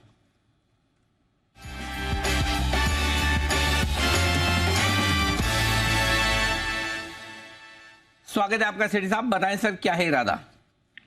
गुड आफ्टरनून अनिल जी, गुड आफ्टरनून दीपांशु। 2 स्टॉक खरीदारी करनी है, दोनों कैश मार्केट के स्टॉक आज। फरमाएं सर। पहला अनिल जी, जो आज का पहला स्टॉक है, स्टॉक आपको भी पसंद आएगा। स्टॉक का नाम है सीई इंफो सिस्टम्स, जो मैपमा इंडिया के नाम से ट्रेड होता है। एनएससी का टिकर है मैपमा इंडिया। अभी 999 के लेवल पे ट्रेड करता है। शॉर्ट टर्म टारगेट है 1050 का। स्टॉप लॉस रखना है 980 रुपए का। ये भारत का जवाब है गूगल मैप्स को। तो इनका मैपल्स नाम का जो एक नेविगेशन सॉफ्टवेयर है, एक जबरदस्त सॉफ्टवेयर है। मैंने यूज भी किया और गूगल मैप से भी ज्यादा एक्यूरेट है। बट चूंकि गूगल मैप बंडल होके आता है कई गैजेट्स में, कई डिवाइसेस में, तो उसके कारण से इनको दिक्कतें हो रही थी। बट अभी CCI competition commission of India ने वहां पे भी रिलीफ दिया, तो उसका एक बड़ा फायदा इस कंपनी को होगा। हाल ही में इसके तिमाही नतीजे आए थे 2-3 दिन पहले। उसके बाद अपने चेयर मैनेजमेंट भी आया था। बहुत ही कॉन्फिडेंट है, नतीजे बहुत ही अच्छे थे। इस तिमाही के भी जबरदस्त ऑर्डर बुक है 918 करोड़ की। मतलब 918 करोड़ इसलिए ज्यादा दिखता है बिकॉज FY23 में रेवेन्यूज थे 281 करोड़ के, तो उस लिहाज से एक अच्छी ऑर्डर बुक है। फिर 281 करोड़ के रेवेन्यूज के ऊपर 108 करोड़ का पैट था। तो बिजनेस देखिए, पैट जो मार्जिन है वो अराउंड 38 to 40% है। बाकी इस कंपनी ने IoT डिवाइस लॉन्च करी है जो कि ऑटोमोबाइल सेगमेंट को कैटर करने के लिए है। और ये पिछले क्वार्टर में इन्होंने 19 लाख डिवाइस बेची थी और ये एड्रेसेबल मार्केट है 20 करोड़ व्हीकल्स का। तो इतनी बड़ी अपॉर्चुनिटी इस कंपनी के सामने है। फिर ईवी पे अच्छा खासा फोकस है। ये जो IoT डिवाइसेस है, ये जो ईवीज की बैटरी हेल्थ मॉनिटरिंग के लिए भी काम आते हैं, तो वहां पे भी इनका यूसेज है, जो कंपनी सीरियसली फोरे कर रही है। फिर ड्रोन्स के सेगमेंट में भी उतर रही है। इनड्रोन सॉल्यूशंस नाम की एक कंपनी को एक्वायर किया है और इनको ना कुछ दिन पहले या कुछ क्वार्टर पहले Gtropy नाम की एक कंपनी को भी एक्वायर किया, जो कि एक ये जो ऑटोमोबाइल के सेगमेंट में इनको बहुत ही अच्छी ग्रोथ अपॉर्चुनिटी रहेगी उसके कारण से। तो ऑल इन ऑल एक फंडामेंटली सॉलिड कंपनी है, तो यहाँ पे खरीदारी करने की सलाह है। हाई से अच्छा खासा ये करेक्ट भी होया हुआ स्टॉक है और मुझे लगता है FIDs भी बुलिश लगता है। फिडेलिटी है, सुंदरम है, टाटा है। मुझे लगता है ये स्टॉक 1050 के शॉर्ट टर्म टारगेट अचीव कर सकता है। 980 रुपए का स्टॉप लॉस रखना। ओके, तो ये है आपके लिए सीई इंफो सिस्टम्स यानी कि मैप में इंडिया खरीदारी करने की राय सेठ साहब की तरफ से। सर दूसरा वाला भी बताओ। दूसरा स्टॉक अनिल जी आज एक ऑटो कंपोनेंट स्टॉक है। स्टॉक का नाम है सानसेरा इंजीनियरिंग, जो अभी 700 कुछ 30 रुपए के आसपास ट्रेड करता है। 770 का शॉर्ट टर्म टारगेट है, 710 का स्टॉप लॉस रखना है। ये भारत की एक लीडिंग मैन्युफैक्चरर है, कॉम्प्लेक्स और हाई प्रिसीजन इक्विपमेंट्स बनाती है ऑटोमोबाइल सेक्टर के लिए। उसके अलावा नॉन ऑटो सेक्टर्स जैसे एरोस्पेस है, एग्रीकल्चर है, मैन्युफैक्चरिंग, कैपिटल गुड्स, इन सब के लिए भी ऑटो कंपोनेंट्स बनाती है। एक सॉलिड फंडामेंटल्स वाली कंपनी है, दुनिया की among the top 10 global manufacturer है कनेक्टिंग रोड्स बनाने के लिए, जो कमर्शियल व्हीकल्स में काम लगते हैं। बाकी कंपनी का 30% से ज्यादा रेवेन्यूज एक्सपोर्ट से आता है, 25 से ज्यादा देशों में एक्सपोर्ट है। मार्की क्लाइंट लिस्ट है, हर एक सेगमेंट में है ये, मतलब पैसेंजर व्हीकल सेगमेंट में देखेंगे तो Maruti, Honda, Toyota, Volkswagen, two wheelers में बजाज ऑटो, हीरो, फिर हार्ले डेविडसन और रॉयल एनफील्ड को कैटर करती है। एरोस्पेस के लिए बोइंग को कैटर करती है। कमर्शियल व्हीकल्स में अशोक लेलैंड और टाटा मोटर्स जैसे इनके क्लाइंट है। बाकी इस कंपनी ने भी ईवी के सेगमेंट में एक सीरियस फोरे किया है। एक कंपनी को एक्वायर किया स्वीडन में, सनसेरा स्वीडन अभी नाम कर दिया, 100% हिस्सेदारी उसमें खरीदी है, तो वो भी एक बड़ा पॉजिटिव ट्रिगर रहेगा। और एक इनकी नई एक ग्रीनफील्ड फैसिलिटी बेंगलोर में शुरू होने जा रही है, कंप्लीट हो गई है, कमर्शियल ऑपरेशन शुरू होंगे। वो यूनिट से ये एरोस्पेस और डिफेंस सेक्टर को कैटर करेंगे। बाकी फंडामेंटल्स भी बहुत अच्छे हैं। दिसंबर तिमाही में पैट था 32 करोड़ का, जो पिछले साल 20 करोड़ का पैट था। और इस कंपनी में एफआईएस डीआईएस भी बहुत बुलिश लगते हैं। 55% हिस्सेदारी उनकी है, जिसमें बहुत अच्छे नाम है, जैसे एफआईएस में government of Singapore, Abu Dhabi investment authority, फिर आपके फंड्स में Axis, Kotak, ICICI Pru, SBI life, इन सब का इसमें स्टेक है। बाकी मुझे लगता है ये स्टॉक भी अपने हाइट से करेक्ट होया हुआ है, करंट लेवल्स पे अच्छा लगता है, और यहाँ पे खरीदारी करने की सलाह है with a target of 770, stop loss of 710। Sansera engineering, ये है वो कंपनी जो लगभग कोई ऐसी auto company, two wheeler, four wheeler, aircraft वाली, जिसका नाम सेठी साहब ने नहीं लिया हो। सेठी साहब, इतनी सारी ब्रांड्स के नाम आपने लिए, आपकी फेवरेट कौन सी है? मेरी फेवरेट पैसेंजर व्हीकल्स में मर्सिडीज। ओके। बाइक में हार्ले डेविडसन। एयरक्राफ्ट में तो जो अपना कोई चॉइस ही नहीं है, जो एयरबस हो चाहे बोइंग हो, कोई चॉइस है जिसमें जो एयरलाइन से जाते हैं उसमें चले जाते हैं। अरे मैं तो आपको तीनों गिफ्ट कर रहा था, मैं सोचा कि एयरक्राफ्ट ही गिफ्ट करूंगा। आपने मांगे ही नहीं, आपने छोड़ दिया। मैंने कहा क्या मर्सिडीज और हार्ले डेविडसन तो आप ही खरीद लोगे। लेकिन एयरक्राफ्ट छोटी चॉइस क्यों? हाँ, तो एयरक्राफ्ट अभी मैंने सबके मिनीचर मंगवा के रखे थे। धन्यवाद सेठी साहब, 2 बेहतरीन पिक्स आपके लिए मैप में इंडिया। अच्छा, आशु सर कुछ कहना चाहते हैं सेठी साहब को? जी आशु सर। अनिल जी, मैंने सोचा आप रॉकेट की चॉइस भी पूछेंगे। सेठी साहब एयरक्राफ्ट ही नहीं बता रहे, रॉकेट कहां से पूछूं, यहीं पर रुक गए, इसलिए चलिए बढ़िया। तो ये है आपके लिए सेठी साहब की तरफ से 2 बढ़िया स्टॉक खरीदारी करने की राय आपके लिए। आइए अब लेते हैं अनिल जी की 2:30 बजे की मार्केट स्ट्रैटेजी भी।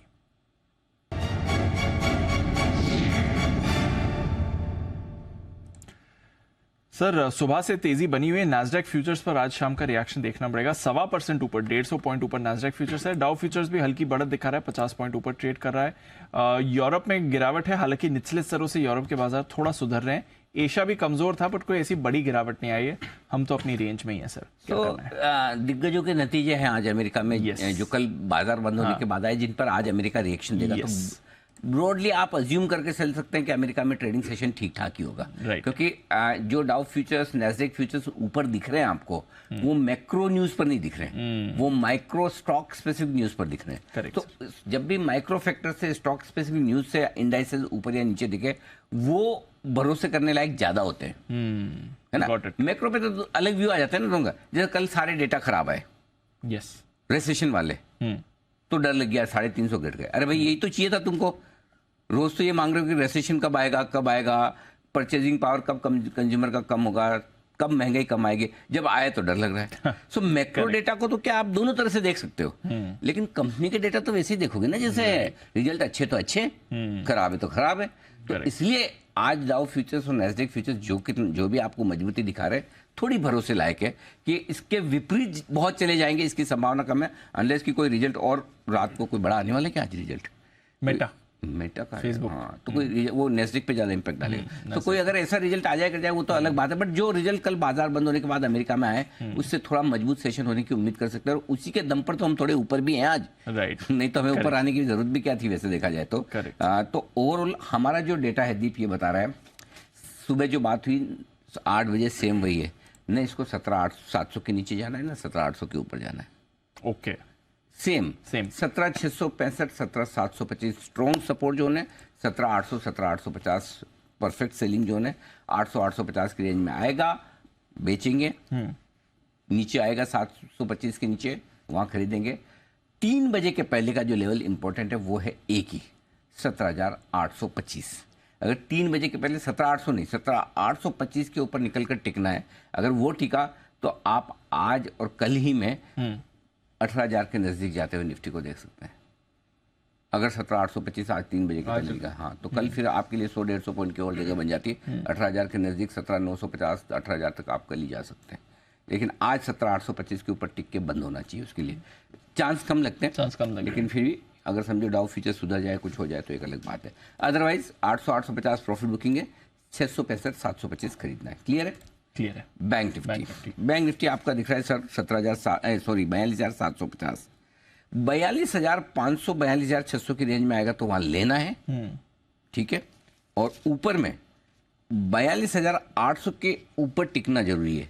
810 का आज का हाई है, इसके ऊपर अगर 3 बजे तक टिक गया दीप तो 42,850 950 43,000 आज ही ज्यादा से ज्यादा कल तक आ जाएगा।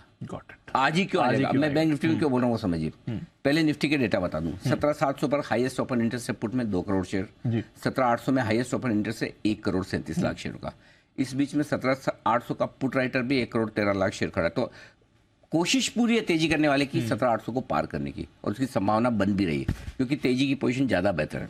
बैंक निफ्टी 42,800 पर हाईएस्ट ओपन इंटरेस्ट है कॉल्स में, मंथली एक्सपायरी है, एक दिन पहले का लेवल 3 बजे के पहले 42,800 810 का आज है, इसके ऊपर टिकट 43,000 आज और कल में दिख जाएगा।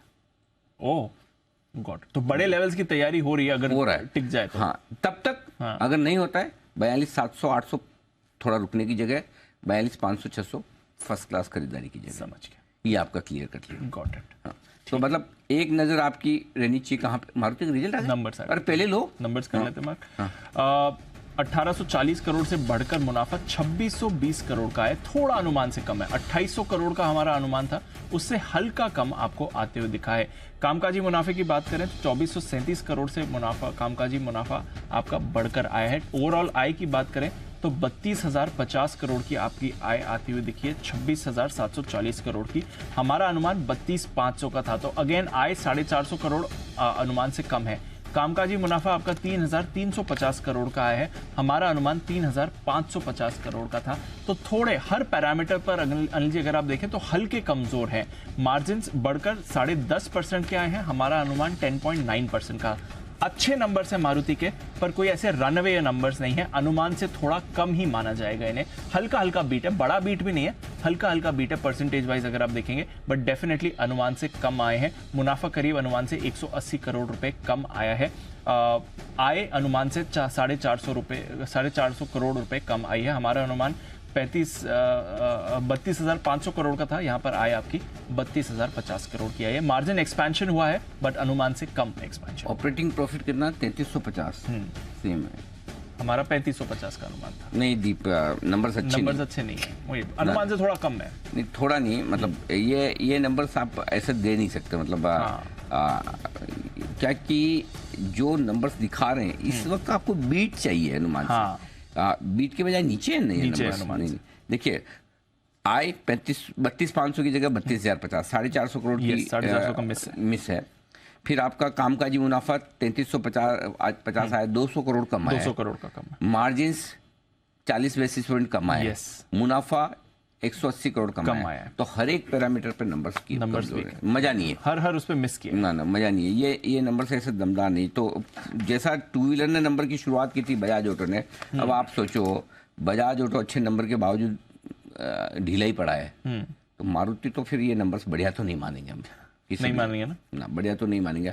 आई डोंट नो मारुति का पिछले 5-7 दिनों में स्टॉक का प्राइस परफॉर्मेंस कैसा रहा है। ज्यादातर रेंज में रहा है, रेंज रहा है तो अलग बात है। अदरवाइज इन नंबर्स के दम पे खरीदना तो नहीं बनता है कि आप एक बार खरीदना चाहेंगे। और कोई डिटेल्स गाइडेंस हम देखेंगे, बट नंबर्स के दम पर जो फर्स्ट इंप्रेशन दिख रहा है, नंबर्स थोड़े ढीले है, उम्मीद से कम है, ये साफ नजर। और ये इसके बावजूद कि अदर इनकम अनिल जी बढ़कर आई है, 740 करोड़ की अदर इनकम आई है 474 करोड़ के सामने। तो अदर इनकम कंपोनेंट अगर आप एडजस्ट कर लें तो और कम हो जाएगा मुनाफा इनका। तो अदर इनकम काफी बढ़कर आई है इनकी। नहीं जी, फिर तो मामला ठीक नहीं है, फिर तो नंबर्स ढीले माने जाएंगे। कुणाल जी, चार्ट्स पर जरा आपकी नजरें इनायत कीजिए, अगले सपोर्ट लेवल्स कहाँ हैं और अगर कोई ट्रेड बनता है लॉन्ग शॉर्ट साइड पर तो वो भी बताइए।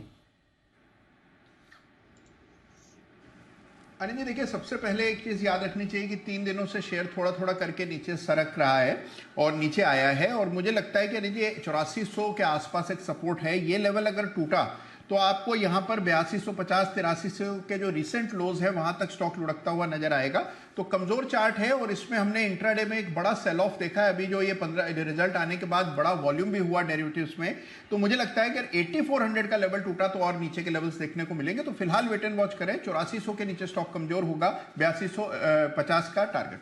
ओके, 8400 के नीचे कमजोर होगा और किसके ऊपर मजबूत होगा, कौन से लेवल के ऊपर सर? अनिल जी 8400 के नीचे कमजोर होगा, 8250 का लक्ष्य होगा। मजबूती तभी लौटेगी जब आज का इंट्राडे हाई कटेगा और वो 5550 का स्तर है, 8550 का स्तर है, तो 8550 के ऊपर मजबूत होगा। ओके, तो 8400 और 8550 ये 150 पॉइंट की रेंज नोटा टाइप जो है, इसमें देखें ताकत कितनी बनती है, क्या है क्या नहीं है। लेकिन इन नंबर्स के बाद अपग्रेड्स आएंगे, इसकी संभावना थोड़ी सी कम दिख रही है मुझे। अपग्रेड नहीं आएंगे, सही बात है, अपग्रेड नहीं आएंगे। सो कल देखते हैं कल क्या कुछ होता है। देखें मारुति कॉल के बाद मैनेजमेंट भी क्या कहता है। बाकी on the face of it numbers थोड़े डिसअपॉइंटिंग नंबर, मजा नहीं है। हाँ, आइए आशु जी के लिए एक बिगुल सिंह के सुल्तान आशु मदान, उसके बाद जय ठक्कर भी कार्यक्रम में हो रहे हैं शामिल।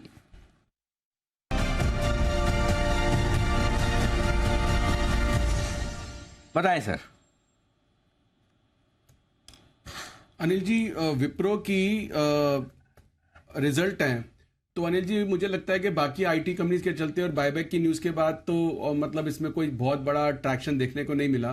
तो अनिल जी अगर कल मार्केट टाइम पे रिजल्ट आने हैं तो 375 की पुट सिर्फ ₹2.5 में मिल रही है। अभी 374-73 का भाव है फ्यूचर का, कैश का भी सेम भाव है, तो 375 की पुट ₹2.5 में मिल रही है। और अगर किसी मार्केट के बाद आने और अगले मंथ का 375 का पुट अनिल जी ₹10 का है, वो भी बहुत अच्छा मिल रहा है। अनिल जी आईवीज बहुत कम है और प्रीमियम्स बहुत ही वो है, तो मतलब मुझे लगता है कि बहुत सेफ बेट है कि अगर कुछ ऊंच नीच निकल आई विप्रो के, अगर मतलब खराब टू या ज्यादा खराब आ गए या मतलब रिएक्शन आ गया तो अनिल जी इसमें अच्छे पैसे बन सकते हैं। तो मुझे लगता है विप्रो के रिजल्ट के चलते अगर कल मार्केट टाइम पे आने हैं तो कल की 375 की पुट, और अगर कल शाम को आने हैं तो 375 की अगले महीने की। पूरा महीना अनिल जी टाइम आपके पास है। विप्रो का स्टॉक ऐसा भागा नहीं जा रहा, आईटी सेक्टर में कुछ नहीं हो रहा। तो अनिल जी मतलब बाकी जैसे हम इंडेक्स लेके चल रहे हैं तो कोई ना कोई हेज स्टॉक ढूंढना पड़ता है या कई बार ढूंढ लेते हैं। तो विप्रो मुझे लगता है कि एक ऐसा कैंडिडेट हो सकता है जिसकी पुट अगले कुछ दिनों के लिए हाथ में होनी चाहिए। तो कल मार्केट आवर्स के बाद आएंगे विप्रो, तो अनिल जी फिर तो अगले महीने की ले लेते हैं। पूरा महीना पड़ा है, ₹10 की तो मिल रही है। 375 अनिल जी अगर 5-7 ₹10 भी घट गया, ₹10 वाली 15-20 रुपए हो जाएगी, बुक कर लेंगे। 1500 का लॉट है। अगले महीने की 375 की पुट परमानेंट तो है नहीं। अगले महीने की 375 की पुट ₹10 में। हाँ जी अनिल जी, क्या बात है, कहाँ से ढूंढी सर आपने इतनी सस्ती वाली? एकदम शॉपिंग में माहिर है आप तो एकदम। बिल्कुल, तो ये एक बढ़िया ऑप्शन आपके अनिल जी। सेल में शॉपिंग करने की आदत है अनिल जी। सेल में नहीं करते हो सर आप, तो है ना शोरूम में ही करते हो। हमने 16,800 पे नहीं दिलवाते हो आप। क्लियर कट ब्रेकआउट आने के बाद आपको कॉन्फिडेंस आता है तब आप लेते हो। हाँ, तब एकदम ठोक के लेते। देखो आपकी स्ट्रेटेजी थोड़ी अलग वाली है, मैं समझता हूँ इस बात को, है ना। कन्विक्शन आता है तभी हाँ, करते हैं। जहाँ से रिवर्सल होता है उसके बाद आशीष जी फिर फुल फ्लेज। और इस बार तो पूरा ये जो रनअप हुआ है, ये पूरे रनअप में लगातार इंडेक्स पे बुलिश रहे हैं, पॉजिटिव। जी सर।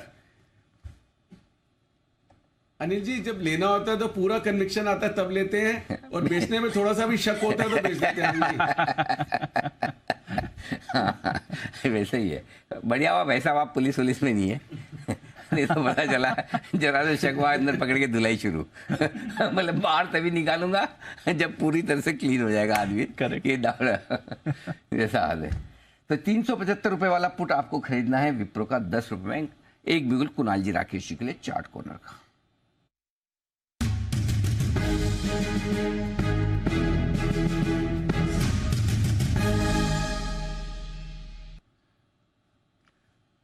बताएं sir.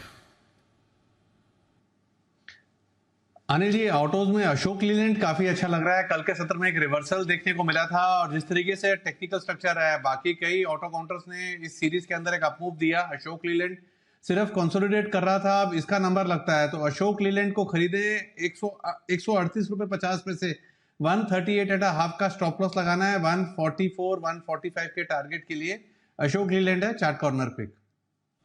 Okay, chart corner pick है अशोक लेलैंड यहाँ पर खरीदारी करने के लिए। अशोक लेलैंड आज और किसी ने दिया था दीप? विश्वेश जी का पिक ऑफ द डे। हाँ, मुझे याद आ रहा था, मैंने कहा सुबह सुबह ही सुना सुना सा लग रहा है इसको, कभी ऐसा कान में पड़ा होगा ऐसा लग रहा है। और 144 145 के टारगेट के लिए करनी है आपको खरीदारी। कुणाल जी राकेश जी की तरफ से अशोक लेलैंड में खरीदारी की राय।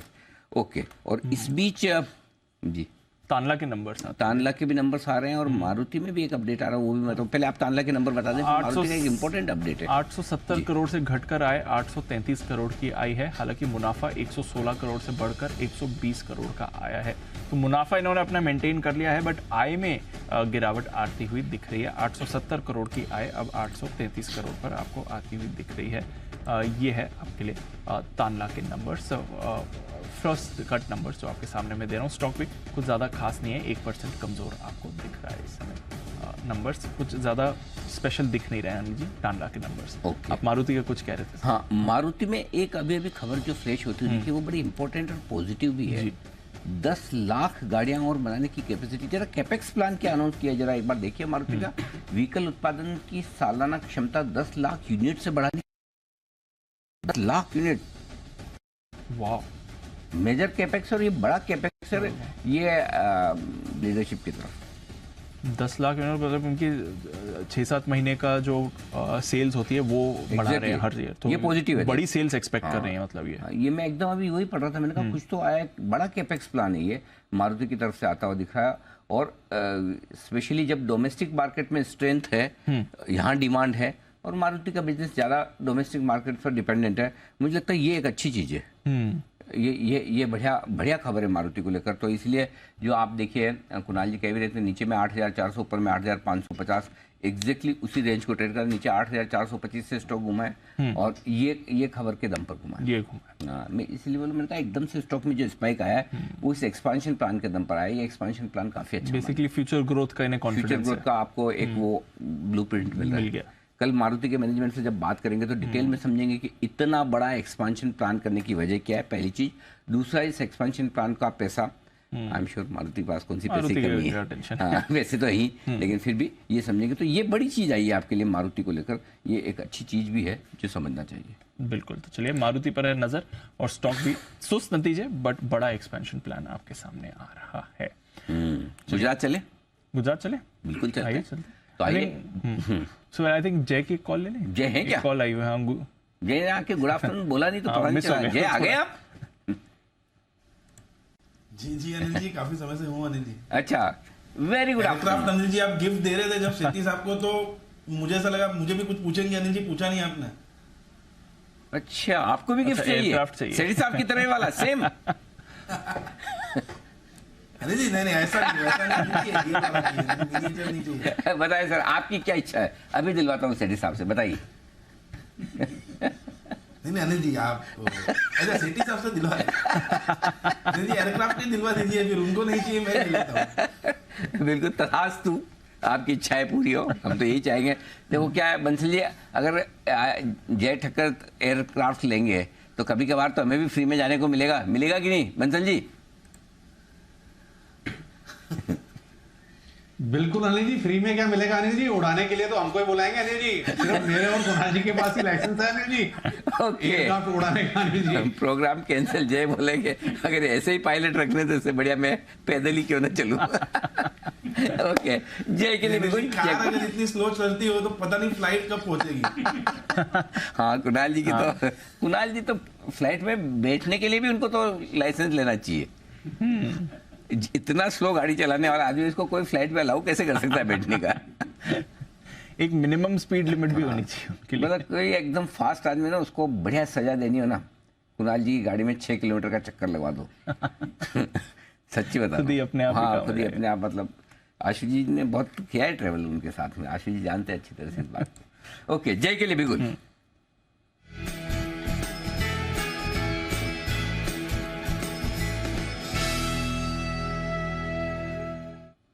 बताएं सर।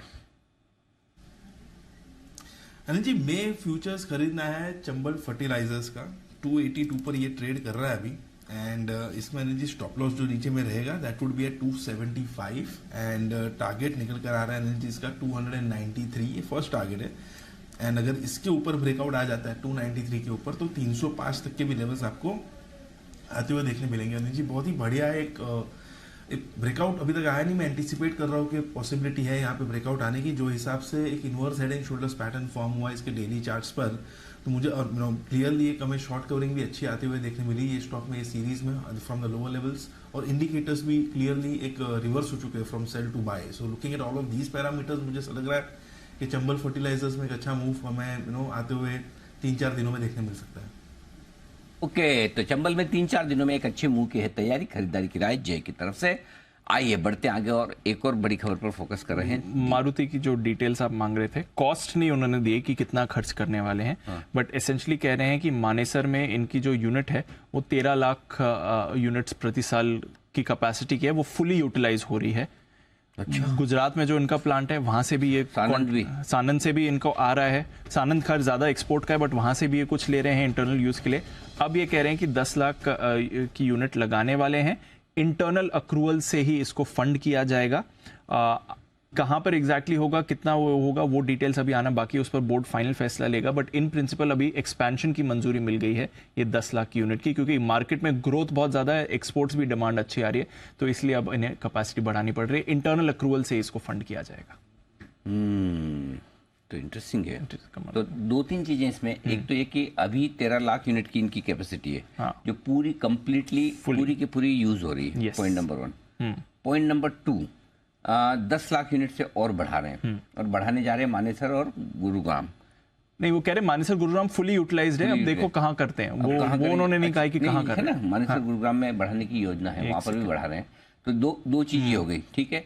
तीसरी चीज ये कि दोनों ही जगह डिमांड है, लोकल भी और एक्सपोर्ट्स भी दोनों। और चौथी और सबसे इंपॉर्टेंट चीज है जिसकी वजह से मैं सोच रहा था कि इसका क्या होगा, वो ये कि कितना लोन वोन लेना डेट नहीं लेनी पड़ेगी। तो डेट फ्री कंप्लीट, ये रिजल्ट भूल जाओ अभी आप, अब दूसरी जगह पे फोकस भूल जाओ अभी। रिजल्ट भूल जाओ, रिजल्ट नहीं, अब मार्केट इस पे ट्रेड करेगा। Got it. Expansion 100% aggressive expansion है, और बगैर डेट के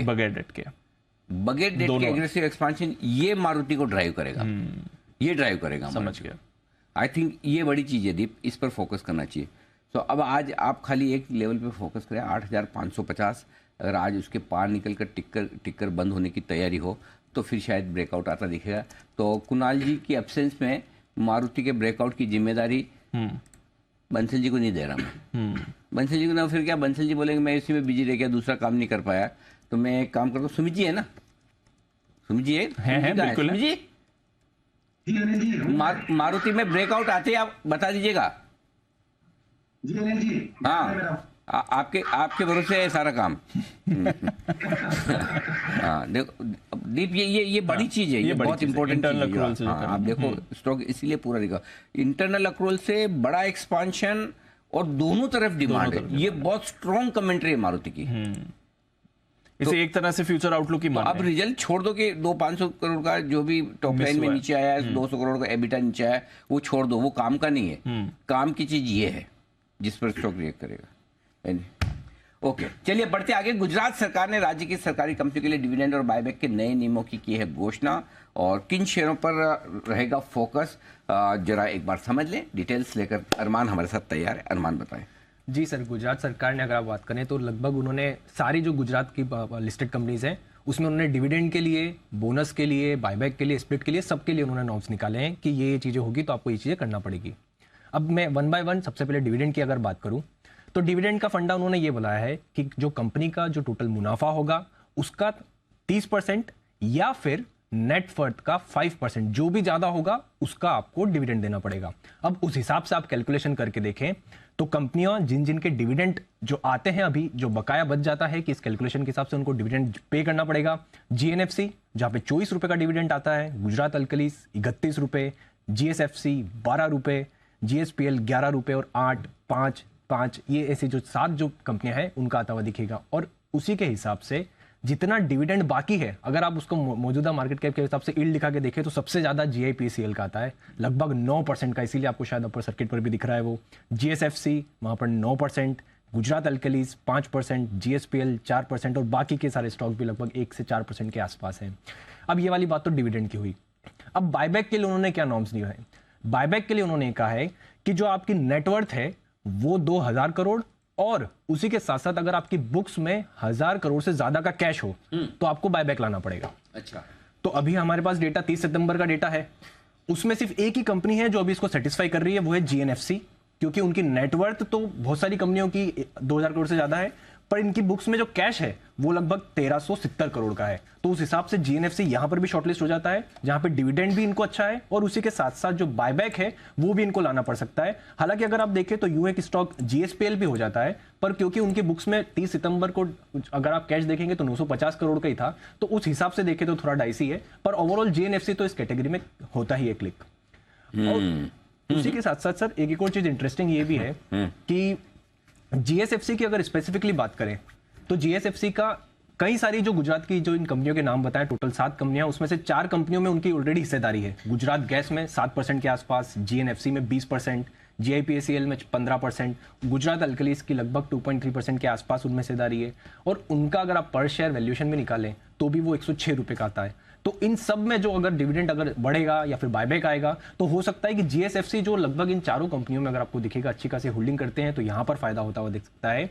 उसी के साथ साथ उसमें स्प्लिट के लिए सर डायरेक्शन ये भी थे कि स्प्लिट के लिए जो आपका अगर जो वैल्यू है उसकी 5%, मतलब आपके जो मार्केट प्राइस और या बुक वैल्यू अगर 5 गुना है जो वैल्यू के हिसाब से, तो वैल्यू हम कंसिडर ये कर रहे हैं कि अगर वो फेस वैल्यू मानी जाए तो उनको फिर स्प्लिट भी लाना पड़ेगा। अब अगर उनको मान लिया जाए कि वो फेस वैल्यू को ही इंडिकेट कर रहे हैं तो उस हिसाब से GNFC, GSFC, GMDC, Gujarat alkalis या गुजरात गैस, इन सब में फिर स्प्लिट भी ड्यू हो जाता है। तो ये सर इंटरेस्टिंग चीज है, यहाँ पे भी क्लैरिफिकेशन और हमको भी लेना पड़ेगा। बट जो ओवरऑल समझ में आ रहा है कि अगर ये वैल्यू को फेस वैल्यू इंडिकेट कर रहे हैं तो फिर स्प्लिट भी आ रहा है। तो अब जीएनएफसी में स्प्लिट भी हो रहा है, उनको बायबैक भी करना है और डिविडेंड भी अच्छा देना है। सारे कॉर्पोरेट एक्शन वहीं पर तो जीएनएफसी और तो इसी वजह से जीएनएफसी अभी 10% के ऊपरी सर्किट पर भी पहुंचा है एफएनओ में। ये सब तो सबसे ज्यादा फायदा जीएनएफसी को दिख रहा है। Yes, sir, और इसीलिए स्टॉक में जबरदस्त एक्शन है। इसने ही पूरा आज फर्टिलाइजर शेयरों का मूड भी बनाया है। आज चंबल भी अभी जियो के रडार पे आया था, सुबह वागिल साहब ने भी कहा था। तो जीएनएफसी है वो स्टॉक, जीएनएफसी 584 रुपए के आसपास ट्रेड करता हुआ दिख रहा है। सचिन जी, आपको देखने इसके चार्ट्स, किसी के पास है तो क्या करें, और क्या फ्रेश पोजीशन 10% ऊपर भी बनाने की है हिम्मत आप में?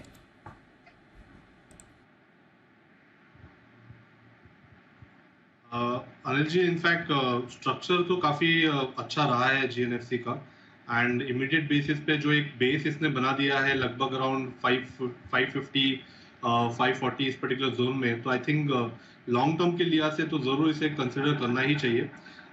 एक्सपेक्टेशन यही होगी कि ये जो बड़ी सीक्वेंस थी एक लो टॉप लो बॉटम की लगभग 800 लेवल के आसपास की, कहीं जाकर मुझे लग रहा है वो खत्म हो चुकी है। एंड इस पर्टिकुलर न्यूज फ्लो के बाद एक वापस अच्छा कॉन्फिडेंस स्विंग बन सकता है 650 700 इस पर्टिकुलर जोन में। तो डेफिनेटली अगर मौका मिलता है तो खरीदारी करने की ही सलाह होगी। मुझे लग रहा है ये बेस जो है वो काफी कॉन्फिडेंट है।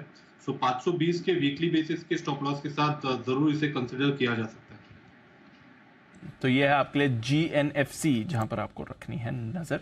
ये काउंटर भी ट्रेड आप रखे 10% के अपर सर्किट में अब आ चुका है ये स्टॉक। जबरदस्त मूव है इस पर, और जैसा अरमान बता रहे थे तीनों कॉर्पोरेट एक्शन के लिए अभी एलिजिबल है ये। आइए निफ्टी के निशानेबाज नितिन मुरार का जुड़ रहे हैं हमारे साथ, करते हैं उनका स्वागत।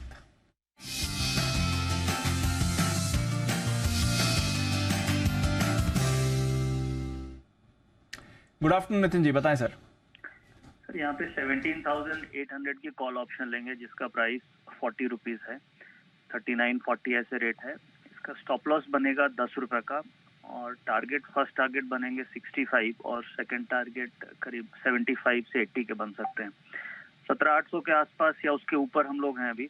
मुझे ऐसा लग रहा है कल मंथली एक्सपायरी में शॉर्ट कवरिंग आनी चाहिए, तो मोस्ट लाइकली 17,875 की तरफ निफ्टी मूव कर सकती है।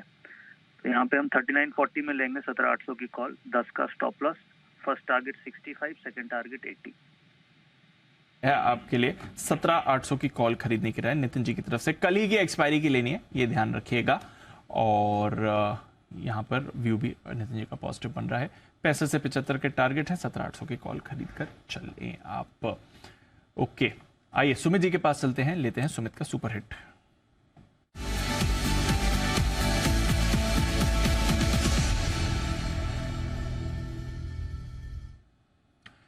बताएं सुमित जी। दीपांशु, मेरे पास यहाँ पे एक सेल कॉल रडार पे आया है। स्टॉक का अभी भाव चल रहा है 932 रुपया, 932 रुपया 50 पैसा।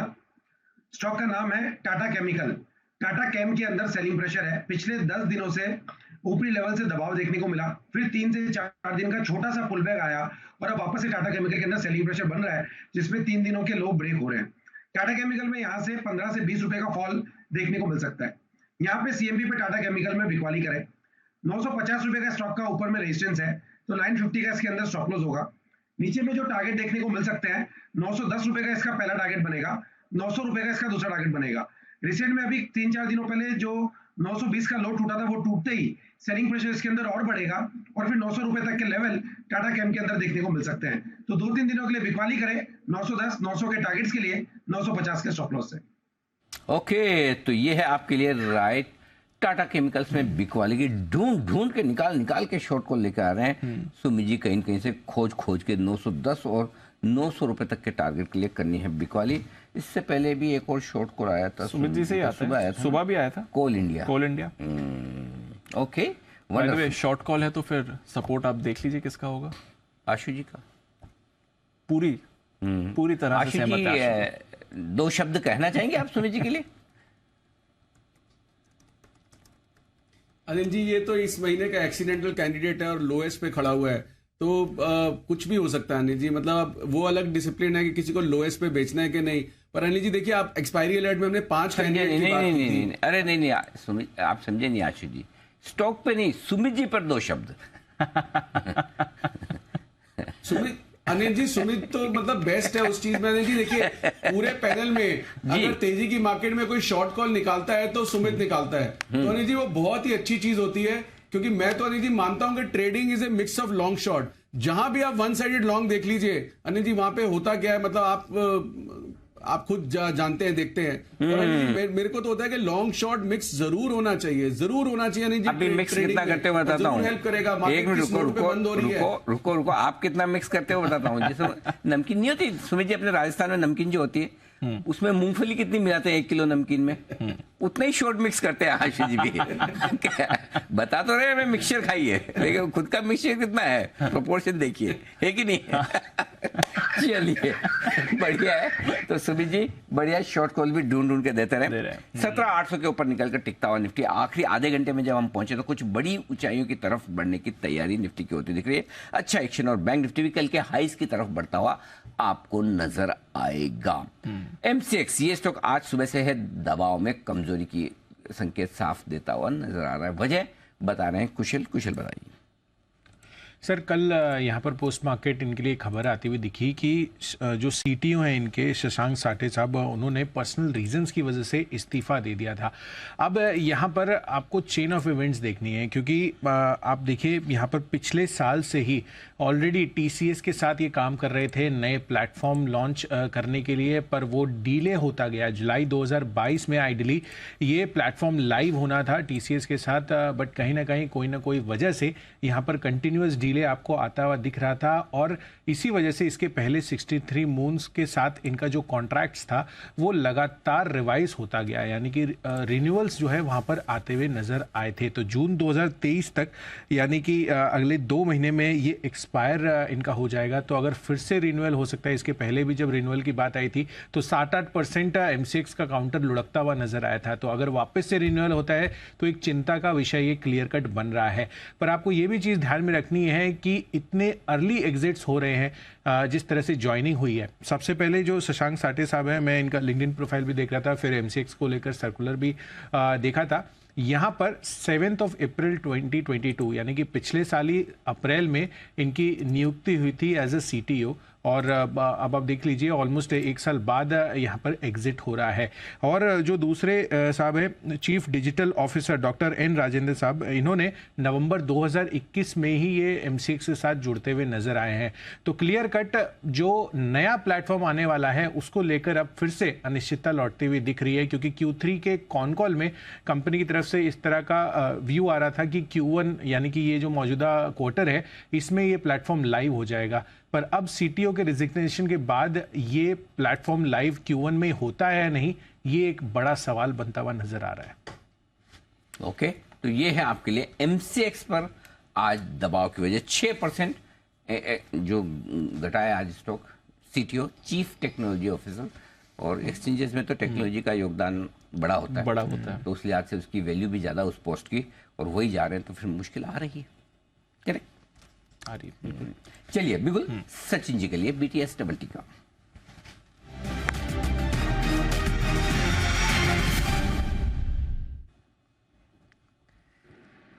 बताएं सचिन जी। अनिल जी, काफी सारे FMCG स्टॉक्स यहाँ पे अच्छा रिबाउंड दिखा रहे हैं और उसमें से HUL का डेटा मुझे पसंद आ रहा है। 2500 के लेवल को अच्छी तरह वापस रिस्पेक्ट दिया है, प्लस जिस तरीके से शॉर्ट टर्म एवरेजेस में वापस एक पॉजिटिव कन्वर्जन हो रहा है, मुझे लग रहा है 2570 तक ये पर्टिकुलर मूव एक्सटेंड होनी चाहिए मई के फ्यूचर्स में। तो खरीदारी करनी है HUL के मई के फ्यूचर में 2520 तक आपको ये खरीदारी करनी है। स्टॉप लॉस आपको 2505 पे लगाना है एंड पोजिशनल टारगेट होगा अराउंड 2570 का। 2520 के आसपास मई के फ्यूचर में करें खरीदारी। ओहो, नितिन जी का कॉल ऑप्शन तो तेज दौड़ लगा रहा है दीप। बढ़िया। 17,800 वाला कॉल ऑप्शन 40 रुपए में जो लिया है ये तो भाग ही रहा है, भाग रहा है, बाजार भी मूव हो रहा है सर। 55 तक पहुंच चुका है, टारगेट के लिए 65 और 75 80 तक भी जा सकता है। वाह, वेरी गुड, बहुत ही बढ़िया। 17,820, क्या बात है। तो हमारा अंदाजा ठीक निकला कि 3 बजे तक निकलने के बाद तेज दौड़ लगाने को तैयार है। बिल्कुल। और अमेरिका से कॉन्फिडेंस भी आ रहा है कि आज वहां कुछ खराब होगा नहीं। चलिए, बहुत ही बढ़िया। एक और बिल्कुल कैश का ऑप्शन।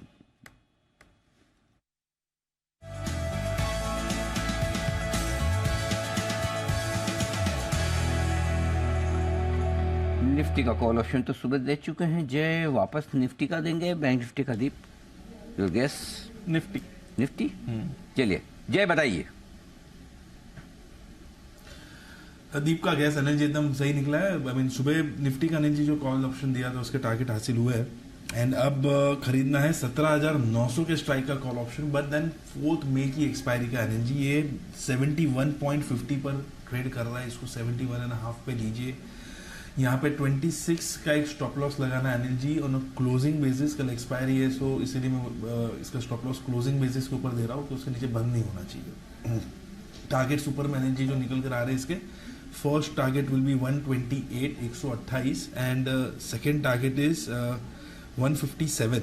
सो 128 एंड 157 ये दो टारगेट्स के लिए आप खरीदे 17,900 के स्ट्राइक का कॉल ऑप्शन। जो हिसाब से अनिल जी 17,800 के ऊपर मार्केट टिक रहा है, आई मीन ज़्यादा ऊपर भी टिक अभी है नहीं, 17 पॉइंट ही है। बट देन अगर टूवर्ड्स 850 गया अनिल जी एंड 850 भी निकालता है अगर निफ्टी गोइंग फॉरवर्ड 17,850 भी, then I think Nifty Anil ji is thereafter heading towards the levels of almost 18,000 to 18,050, 18,050 के लेवल्स आपको देखने मिलेंगे। 17,850 भी अगर निकाल देता है तो एज ऑफ नाउ डेटा अच्छा बन चुका है अनिल जी एंड वो जो रेंज थी उसके बाहर ब्रेकआउट आया है about 17,850। Next target would be 18,000 on Nifty, इसलिए 17,900 का कॉल चुना है अनिल जी।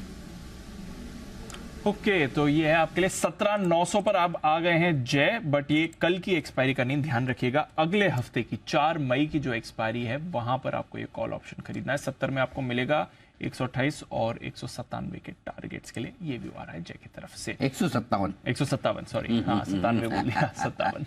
हाँ थोड़ा सा डिफरेंस, बट थोड़ा सा। जय विल नॉट माइंड 197 का टारगेट। 197 का टारगेट क्या पता आई जाए, जिस तरह से बाजार भाग भी रहा है। बट ये है आपके लिए राय जय की तरफ से। आइए नतीजों पर करते हैं फोकस। आज के तो कई सारे नतीजे आने वाले हैं, मारुति के आ चुके हैं, बट कल भी कई सारे दिग्गज कंपनीज के नतीजे हैं। उसमें axis bank front end centre रहेगा। आईसीआईसीआई और एचडीएफसी के प्रदर्शन के बाद अब एक्सिस के नतीजे कैसे रहने वाले हैं ये जानते हैं वरुण के साथ। वरुण बताइए। तो दीप नतीजे अच्छे रहेंगे, लेकिन सबसे मेन चीज़ पहले बता देता हूँ कि इस कंपनी के प्रॉफिट पे आप ध्यान रखना, क्योंकि करीब 4-5 हज़ार करोड़ के आसपास का लॉस जो है वो एक्सिस बैंक कल रिपोर्ट कर सकता है। दरअसल सिटी का जो इंटीग्रेशन हुआ है उसके चलते लॉस जो है वो आ सकता है। हर एक ब्रोकरेज हाउस जो है वो इसको हाईलाइट कर रही है। तो लेट्स सी, तो अगर बहुत बड़ा लॉस आ जाता है कंपनी का तो ये मत समझना कि बैंक के ऑपरेशनल परफॉर्मेंस में कुछ गड़बड़ है या ऐसा कुछ है। सिटी का इंटीग्रेशन है, उसके चलते ये आपको लॉस देखने मिल सकता है। अब एनआईआई करीब 37% के आसपास की बढ़ोतरी वहाँ होगी, 12,100 करोड़ पे आएगा। लोन ग्रोथ जो है 15 से 18% तक रह सकती है। डिपॉजिट ग्रोथ करीब 13 से 15% के आसपास रह सकती है। कारोबार में बेहतर ग्रोथ होने का अनुमान लगाया जा रहा है। क्रेडिट कॉस्ट और स्लिपेजेस जो है उसमें थोड़ी बहुत कमी आ सकती है। ट्रेजरी इनकम जो है उसमें ज़्यादा बढ़त की उम्मीद नहीं है। ग्रॉस एनपीएस थोड़े बहुत डिक्लाइन हो सकते हैं। नेट एनपीएस फ्लैट रहेंगे और नेट इंटरेस्ट मार्जिन जो है उसमें फ्लैट तो थोड़ी बहुत गिरावट शायद आपको देखने मिल सकती है। तो नतीजे ठीक ठाक रहेंगे, लेकिन हाँ लॉस का फिगर ध्यान रखिएगा। सिटी के इंटीग्रेशन के चलते बड़ा लॉस का फिगर देखने मिल सकता है। तो एनआईआई और बाकी पैरामीटर्स पे आपको ध्यान देना है।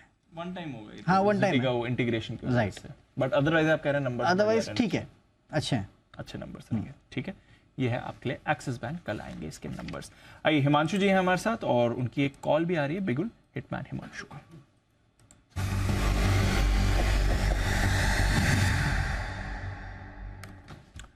बताएं हिमांशु जी। दीपांशु, पीएसयू बैंक्स में ब्रॉडर पार्टिसिपेशन सभी की तरफ से आता हुआ नजर आया था, लेकिन अभी तक पीएनबी का एक बड़ा मूव मिसिंग था। पर आज का जो सेटअप है वो काफी पॉजिटिव है और मुझे लगता है कि ये आने वाले 1 से 2 दिनों में एक अच्छा मूव दिखा सकता है। तो पीएनबी के मे फ्यूचर्स में खरीदारी करके चलने की सलाह रहेगी। 50 रुपए 40 पैसे, 50 रुपए 45 पैसे के आसपास के करंट लेवल्स हैं। यहाँ पर 49 रुपए 75 पैसे यानी 49.75 का स्टॉप लॉस लगाना है। और अपसाइड में जो पहला टारगेट रहेगा वो रहेगा 53 रुपए का, और उसके बाद 55 रुपए तक की भी मूव पीएनबी में आते हुए नजर आ सकती है। मुझे लगता है काफी कंसोलिडेशन के बाद एक हायर हाई और हायर लो का सीक्वेंस की शुरुआत होते हुए नजर आ रही है, और मुझे लगता है कि यहाँ पर एक अच्छा कैचअप आने वाले दिनों में देखने को मिल सकता है।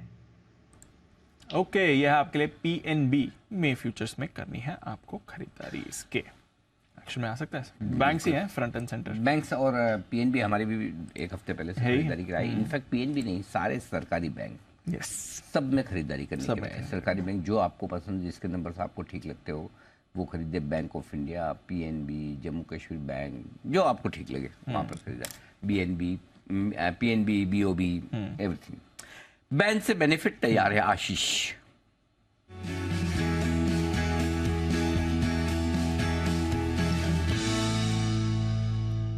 बताएं आशीष। सर एक ही स्टॉक है हमारे पास बैन में, जी एंटरटेनमेंट। यहाँ पर मार्केट ही था। हाँ, आज क्या नया? आज नया जीएनएफसी से थोड़ा ट्रिकी है क्योंकि एक्सपायरी है। अब 123% होगी। अगर ये 95-100 के आसपास होता तो शायद कंसिडर नहीं करते, लेकिन क्योंकि 123% होगी है मार्केट वाइड पोजीशन लिमिट, तो काफी तेजी से बढ़ी है। तो फिर जिनकी शॉर्ट है उनकी तो हालत खराब हो जाएगी। कल काट नहीं पाएंगे। कल नहीं काट पाएंगे। अदरवाइज तो फिर भी कोई और दिन होता तो आप ये सोचते कि 10% स्टॉक बढ़ा हुआ है जीएसएफसी, सॉरी जीएनएफसी, तो चलो ठीक है कि थोड़ी प्रॉफिट बुकिंग आ सकती है। लेकिन यहाँ तो शॉर्ट वालों के लिए ज़्यादा मुश्किल काम हो सकता है। अगर कोई शॉर्ट करके बैठा है तो कल आखिरी दिन नहीं काटा फ्यूचर तो तब क्या करोगे? है ना, बिल्कुल। और वो भी कौन सा आजकल ऑप्शंस में भी वो हो गया ना, डीएनए। मुश्किल मामला भाई। जिन जिन की जीएनएफसी में पोजीशन हो जरा ध्यान रखिएगा। आज ही बचे उसमें कितना समय आशीष ने दिया है आपको? 12 मिनट का समय। अपने ट्रेड्स जितने कम कर सके कर लीजिए। स्पेशली अगर शॉर्ट साइड पर हैं तो ध्यान रखने की जरूरत बहुत ज्यादा है। ये है आपके लिए बैंक से बेनिफिट। HUL आएंगे रिजल्ट्स कल, और रिजल्ट्स का अनुमान आपको बता दिया जाए। कल भी रिजल्ट्स तो काफी हैं। कल भी है, बिजी डे है। हाँ बिजी डे है ना कल भी। हाँ काफ़ी कंपनियों के कल रिजल्ट आ रहे हैं, तो लीवर दिग्गजों में है, जिसके नंबर्स कल आपको सुनने को मिलेंगे, देखने को मिलेंगे। 5 निफ्टी के हैं और 9 एफएनओ। ओहो, बिजी डे है। फ्राइडे के दिन इतना काम? Thursday sir. फ्राइडे निकला? नहीं, एक्सपायरी निकालनी है, मिडवीक है आज तो। 4 दिन की आदत है। हाँ, नहीं पक्का नहीं है, अगले हफ्ते 4 दिन काम करना है। ठीक है, इस हफ्ते ओके। तो वैसे एडवांस में ज्यादा बताया मत करो, फिर ऐसा लगता है कि यही हफ्ता है, ऐसा फील ऐसे आने लगती। आइए, नुपुर तैयार HUL के नतीजों का अनुमान बताने के लिए। बताएं नुपुर। सर, जब अनुमान बनाया था तब नेस्ले और टाटा कंज्यूमर्स के नंबर नहीं आए थे, पर इनकी कमेंट्री से लग रहा है कि रूरल में थोड़ा इंप्रूवमेंट है, तो नंबर्स बेटर आ सकते हैं अनुमान से भी। और मार्केट आज में ही आएंगे क्योंकि 1 बजे इनकी मीडिया कॉन्फ्रेंस भी है। अगर आए देखे तो 14% की ग्रोथ लेकर चल रहे हैं, करीबन 15,280 करोड़ के आसपास आ सकते हैं। कामकाजी मुनाफा देखे तो 3,580 करोड़ का इस बार का अनुमान है।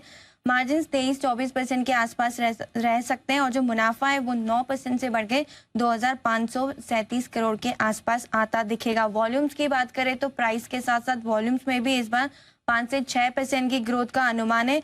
मांग में पिछली तिमाही से कोई सुधार की एक्सपेक्टेशन नहीं थी, लेकिन जिस हिसाब से FMCG कंपनीज के नतीजे आ रहे हैं, यहाँ पे हो सकता है कि एक सरप्राइज फैक्टर HUL के नंबर्स में भी आपको दिखे। रूरल की बात करें तो वहाँ पे मैनेजमेंट की कमेंट्री काफी इंपॉर्टेंट रहने वाली है। हालांकि पिछले साल से ग्रॉस मार्जिन थोड़े से दबाव में रहेंगे, लेकिन सिक्वेंशियल बेसिस मतलब पिछली तिमाही से मार्जिन में आपको सुधार दिखेगा, क्योंकि जो कंपनी ने प्राइस कट किए हैं और जिस हिसाब से कमोडिटी के प्राइस कम हुए हैं, तो अब थोड़ा ग्रॉस मार्जिन में भी सुधार आपको दिखेगा। ऑल इन ऑल एक अच्छा सेट ऑफ क्वार्टर HUL के लिए रह सकता है Q4। तो अच्छा क्वार्टर रह सकता है HUL के लिए, ये है राय, ये है आपके लिए अनुमान इस समय। आइए 3:20 लेते हैं अनिल जी की फाइनल मार्केट स्ट्रैटेजी।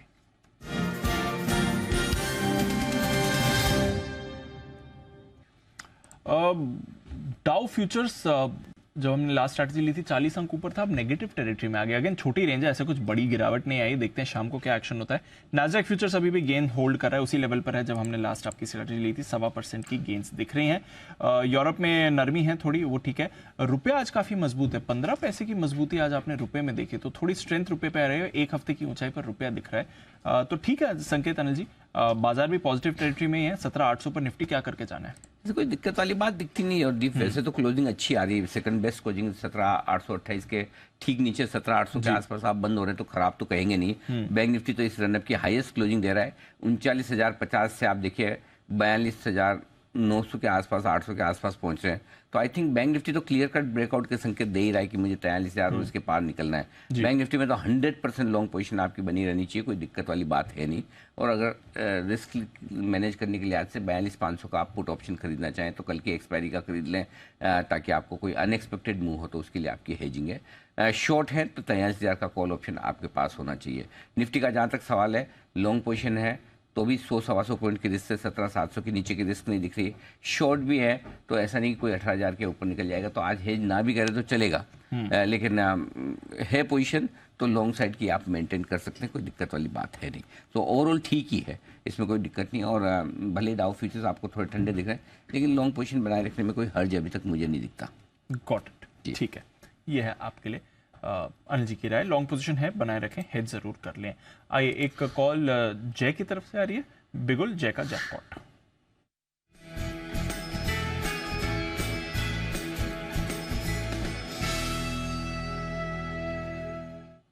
बताया जय। दीप, एक अच्छा हमें शॉर्ट कवरिंग आते देखने मिल रहा है टाटा कंज्यूमर्स में रिजल्ट के बाद। आई मीन एक अच्छा थोड़ा एक डिप देखने मिला हमें 725 के आसपास, एंड वहाँ से एक अच्छा बाउंस हमें देखने मिल रहा है। एंड फाइनली वो 730-735 के रेंज के ऊपर निकला है। So I think with that as a stop loss 735 rather है, उससे 735 के स्टॉप लॉस के साथ खरीद सकते हैं। ये स्पॉट के लेवल्स दीप में बता रहा हूँ आपको, इसको खरीद सकते हैं विद स्टॉप लॉस ऑफ 735। ऊपर में टारगेट दीप इसके निकल कर आ रहे हैं 765 से 780। 780 टाटा कंज्यूमर स्पॉट लेवल्स की बात कर रहे हैं। 747, 748 पर अभी आपको मिलेगा। यहाँ पर खरीदारी की राय आपके लिए जय दे रहे हैं। टाटा कंज्यूमर अच्छे मोमेंटम में है भी, अभी थोड़ी देर पहले इसकी बात भी चल रही थी।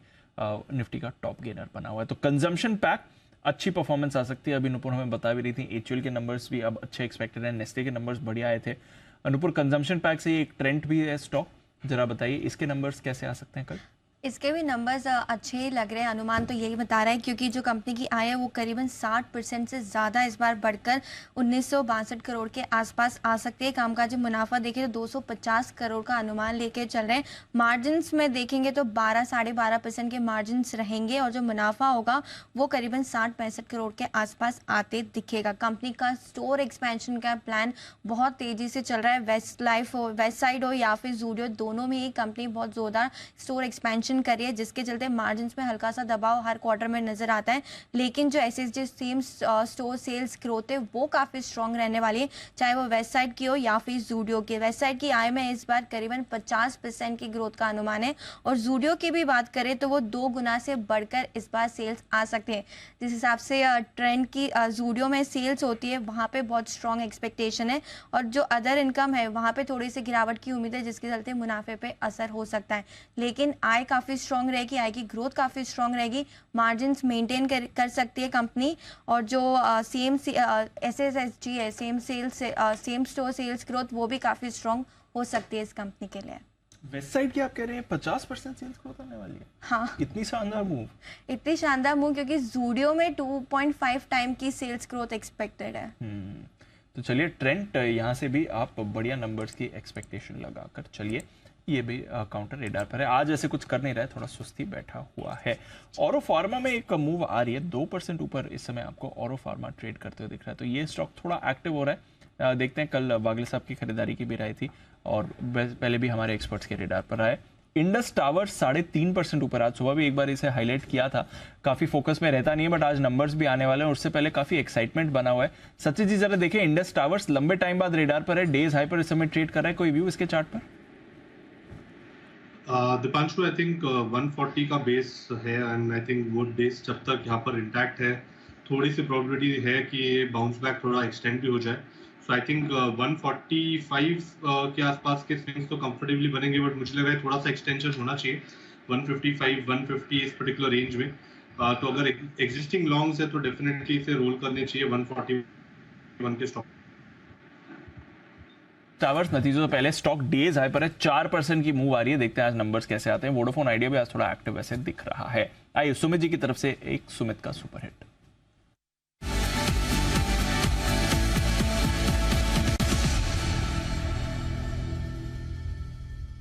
बताएं सर।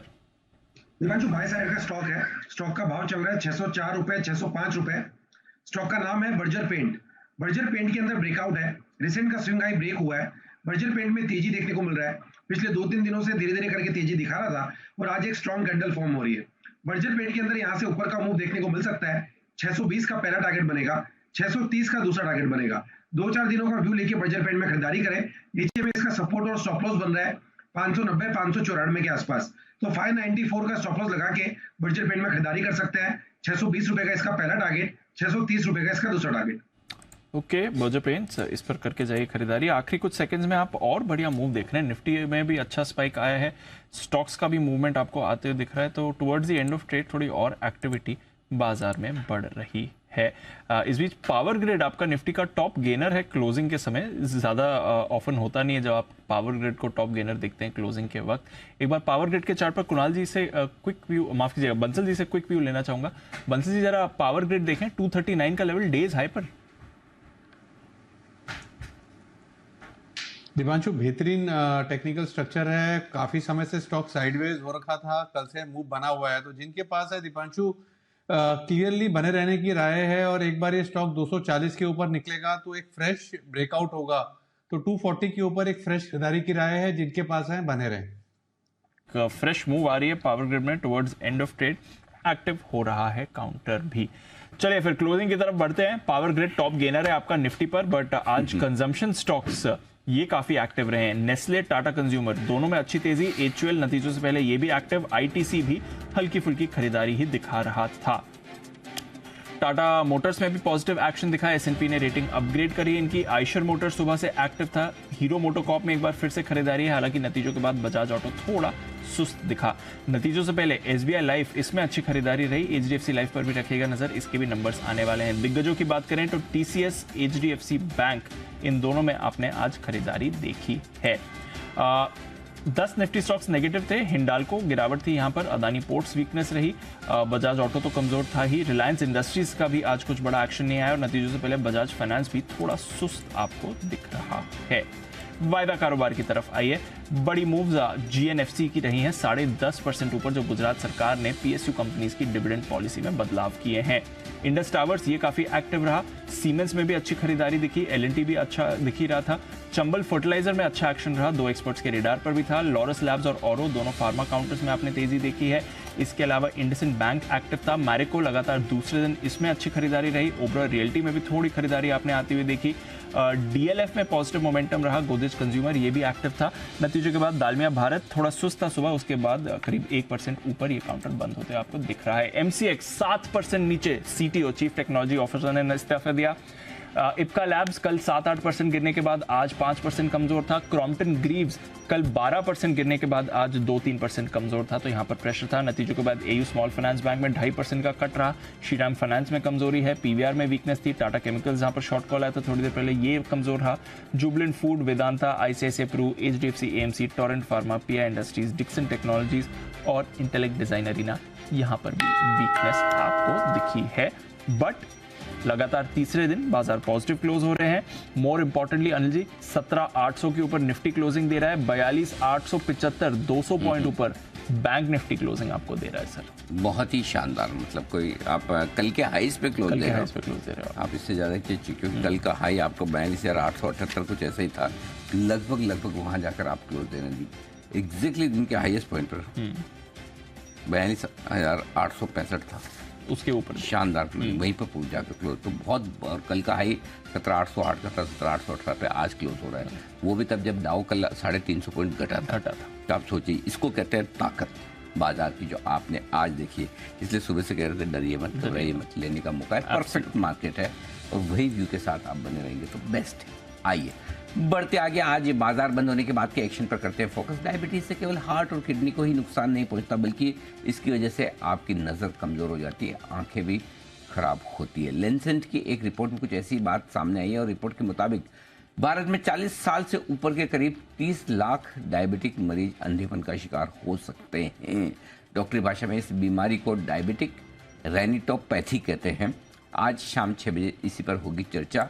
डायबिटीज़ का आंखों की रोशनी से क्या है कनेक्शन, और इसके खतरे क्या है, इसके लक्षण क्या है, बचाव के उपाय क्या है, बताएंगे आपको। हाई शुगर, कमज़ोर नज़र, doctor Mahipal Sachdev, director centre of sight, doctor colonel Sudhir Tripathi साहब सर गंगाधर राम हॉस्पिटल से हमारे साथ जुड़ेंगे, और डॉक्टर पवन गुप्ता साहब जुड़ेंगे जो रेटिना स्पेशलिस्ट है i7 से। इन सब के साथ करेंगे मुलाकात। हाई शुगर, कमज़ोर नज़र, तो ये है आज का हमारा विशेष कार्यक्रम 6 बजे। जहाँ रिस्क है वहीं रिवॉर्ड भी है। म्यूचुअल फंड में निवेश जोखिम के अधीन है, इसलिए जरूरी है इस जोखिम को समझ लेना। आज बताएंगे म्यूचुअल फंड निवेश में कितने तरह के रिस्क होते हैं और इसे कैसे किया जा सकता है कम। शाम 6:26 पर मनी गुरु में देखिए रिस्क को फिक्स कैसे करें। हमारे साथ होंगे हेमंत रुस्तगी साहब, CEO Wise Invest, Vishwajeet Parashar, mutual fund expert. इन दोनों से करेंगे हम मुलाकात आज शाम 6 बजे और 6:30 बजे, माफ कीजिएगा, और रात 8 बजे हमारी कवर स्टोरी होगी। आधार पर विवाद फिर से गरमाने लगा है। बात यह कि सरकार निजी संस्थानों को भी इसके उपयोग को मान्यता देने वाली है और इस प्रस्ताव का विरोध होने लगा है। अब तक आधार का उपयोग सरकारी योजना का लाभ उठाने और KYC करने के लिए किया जाता था, लेकिन अब ये हो रहा है वो ये कि निजी क्षेत्र को भी इसके प्रयोग की छूट देने से लोगों की प्राइवेसी में खतरा पड़ सकता है। आज इंडिया 360 डिग्री में इसी मुद्दे पर होगी पूरी चर्चा। क्या आधार का इस्तेमाल निजी संस्थानों को देना ठीक है, क्या जोखिम है, देखिए ज़रूर। आधार, प्राइवेसी और विवाद, ये हमारे आज की कवर स्टोरी। 17,813, 44 अंकों की तेजी के साथ निफ्टी बंद हुआ है दिन की ऊंचाइयों पर जाकर। सेकंड बेस्ट क्लोजिंग इस पूरे रनअप की, और बेस्ट क्लोजिंग लगातार तीसरे दिन क्लोजिंग पिछले दिन से बेटर करता हुआ बैंक निफ्टी। 42,829 पर जाकर 151 पॉइंट बंद होता हुआ ऊपर, और सेंसेक्स ने 169 अंकों की तेजी दिखाई। राउंड फिगर में 60,300, ये 0.58 पीछे से चिपक गया। अदरवाइज राउंड फिगर में 60,300 पर बंद होता हुआ सेंसेक्स। कल है वायदा कारोबार की मंथली एक्सपायरी का दिन, भरपूर एक्शन, और निफ्टी, बैंक निफ्टी की कंपनियों के नतीजे हैं भर के जोरों में। दीप, कल तो क्लोजिंग शो में तो सांस लेने की फुर्सत नहीं मिलेगी। आप मुझे याद दिलाइएगा, मैं आपको याद दिलाऊंगा कि सांस लेनी है। तो कल भरपूर एक्शन वाला दिन रहने वाला है। आज भी बाजार बंद होने के बाद ढेर सारे रिजल्ट्स आएंगे, उन पर हम सुबह आपको एक्शन दिखाएंगे, लेकिन तब तक विदा लेने का वक्त है। कुणाल जी, राकेश जी का देंगे धन्यवाद, हिमांशु जी और सचिन जी का भी बहुत बहुत शुक्रिया, जय ठक्कर साहब, आशु जी और साथ ही सुमित जी का भी धन्यवाद आज हमारा साथ देने के लिए।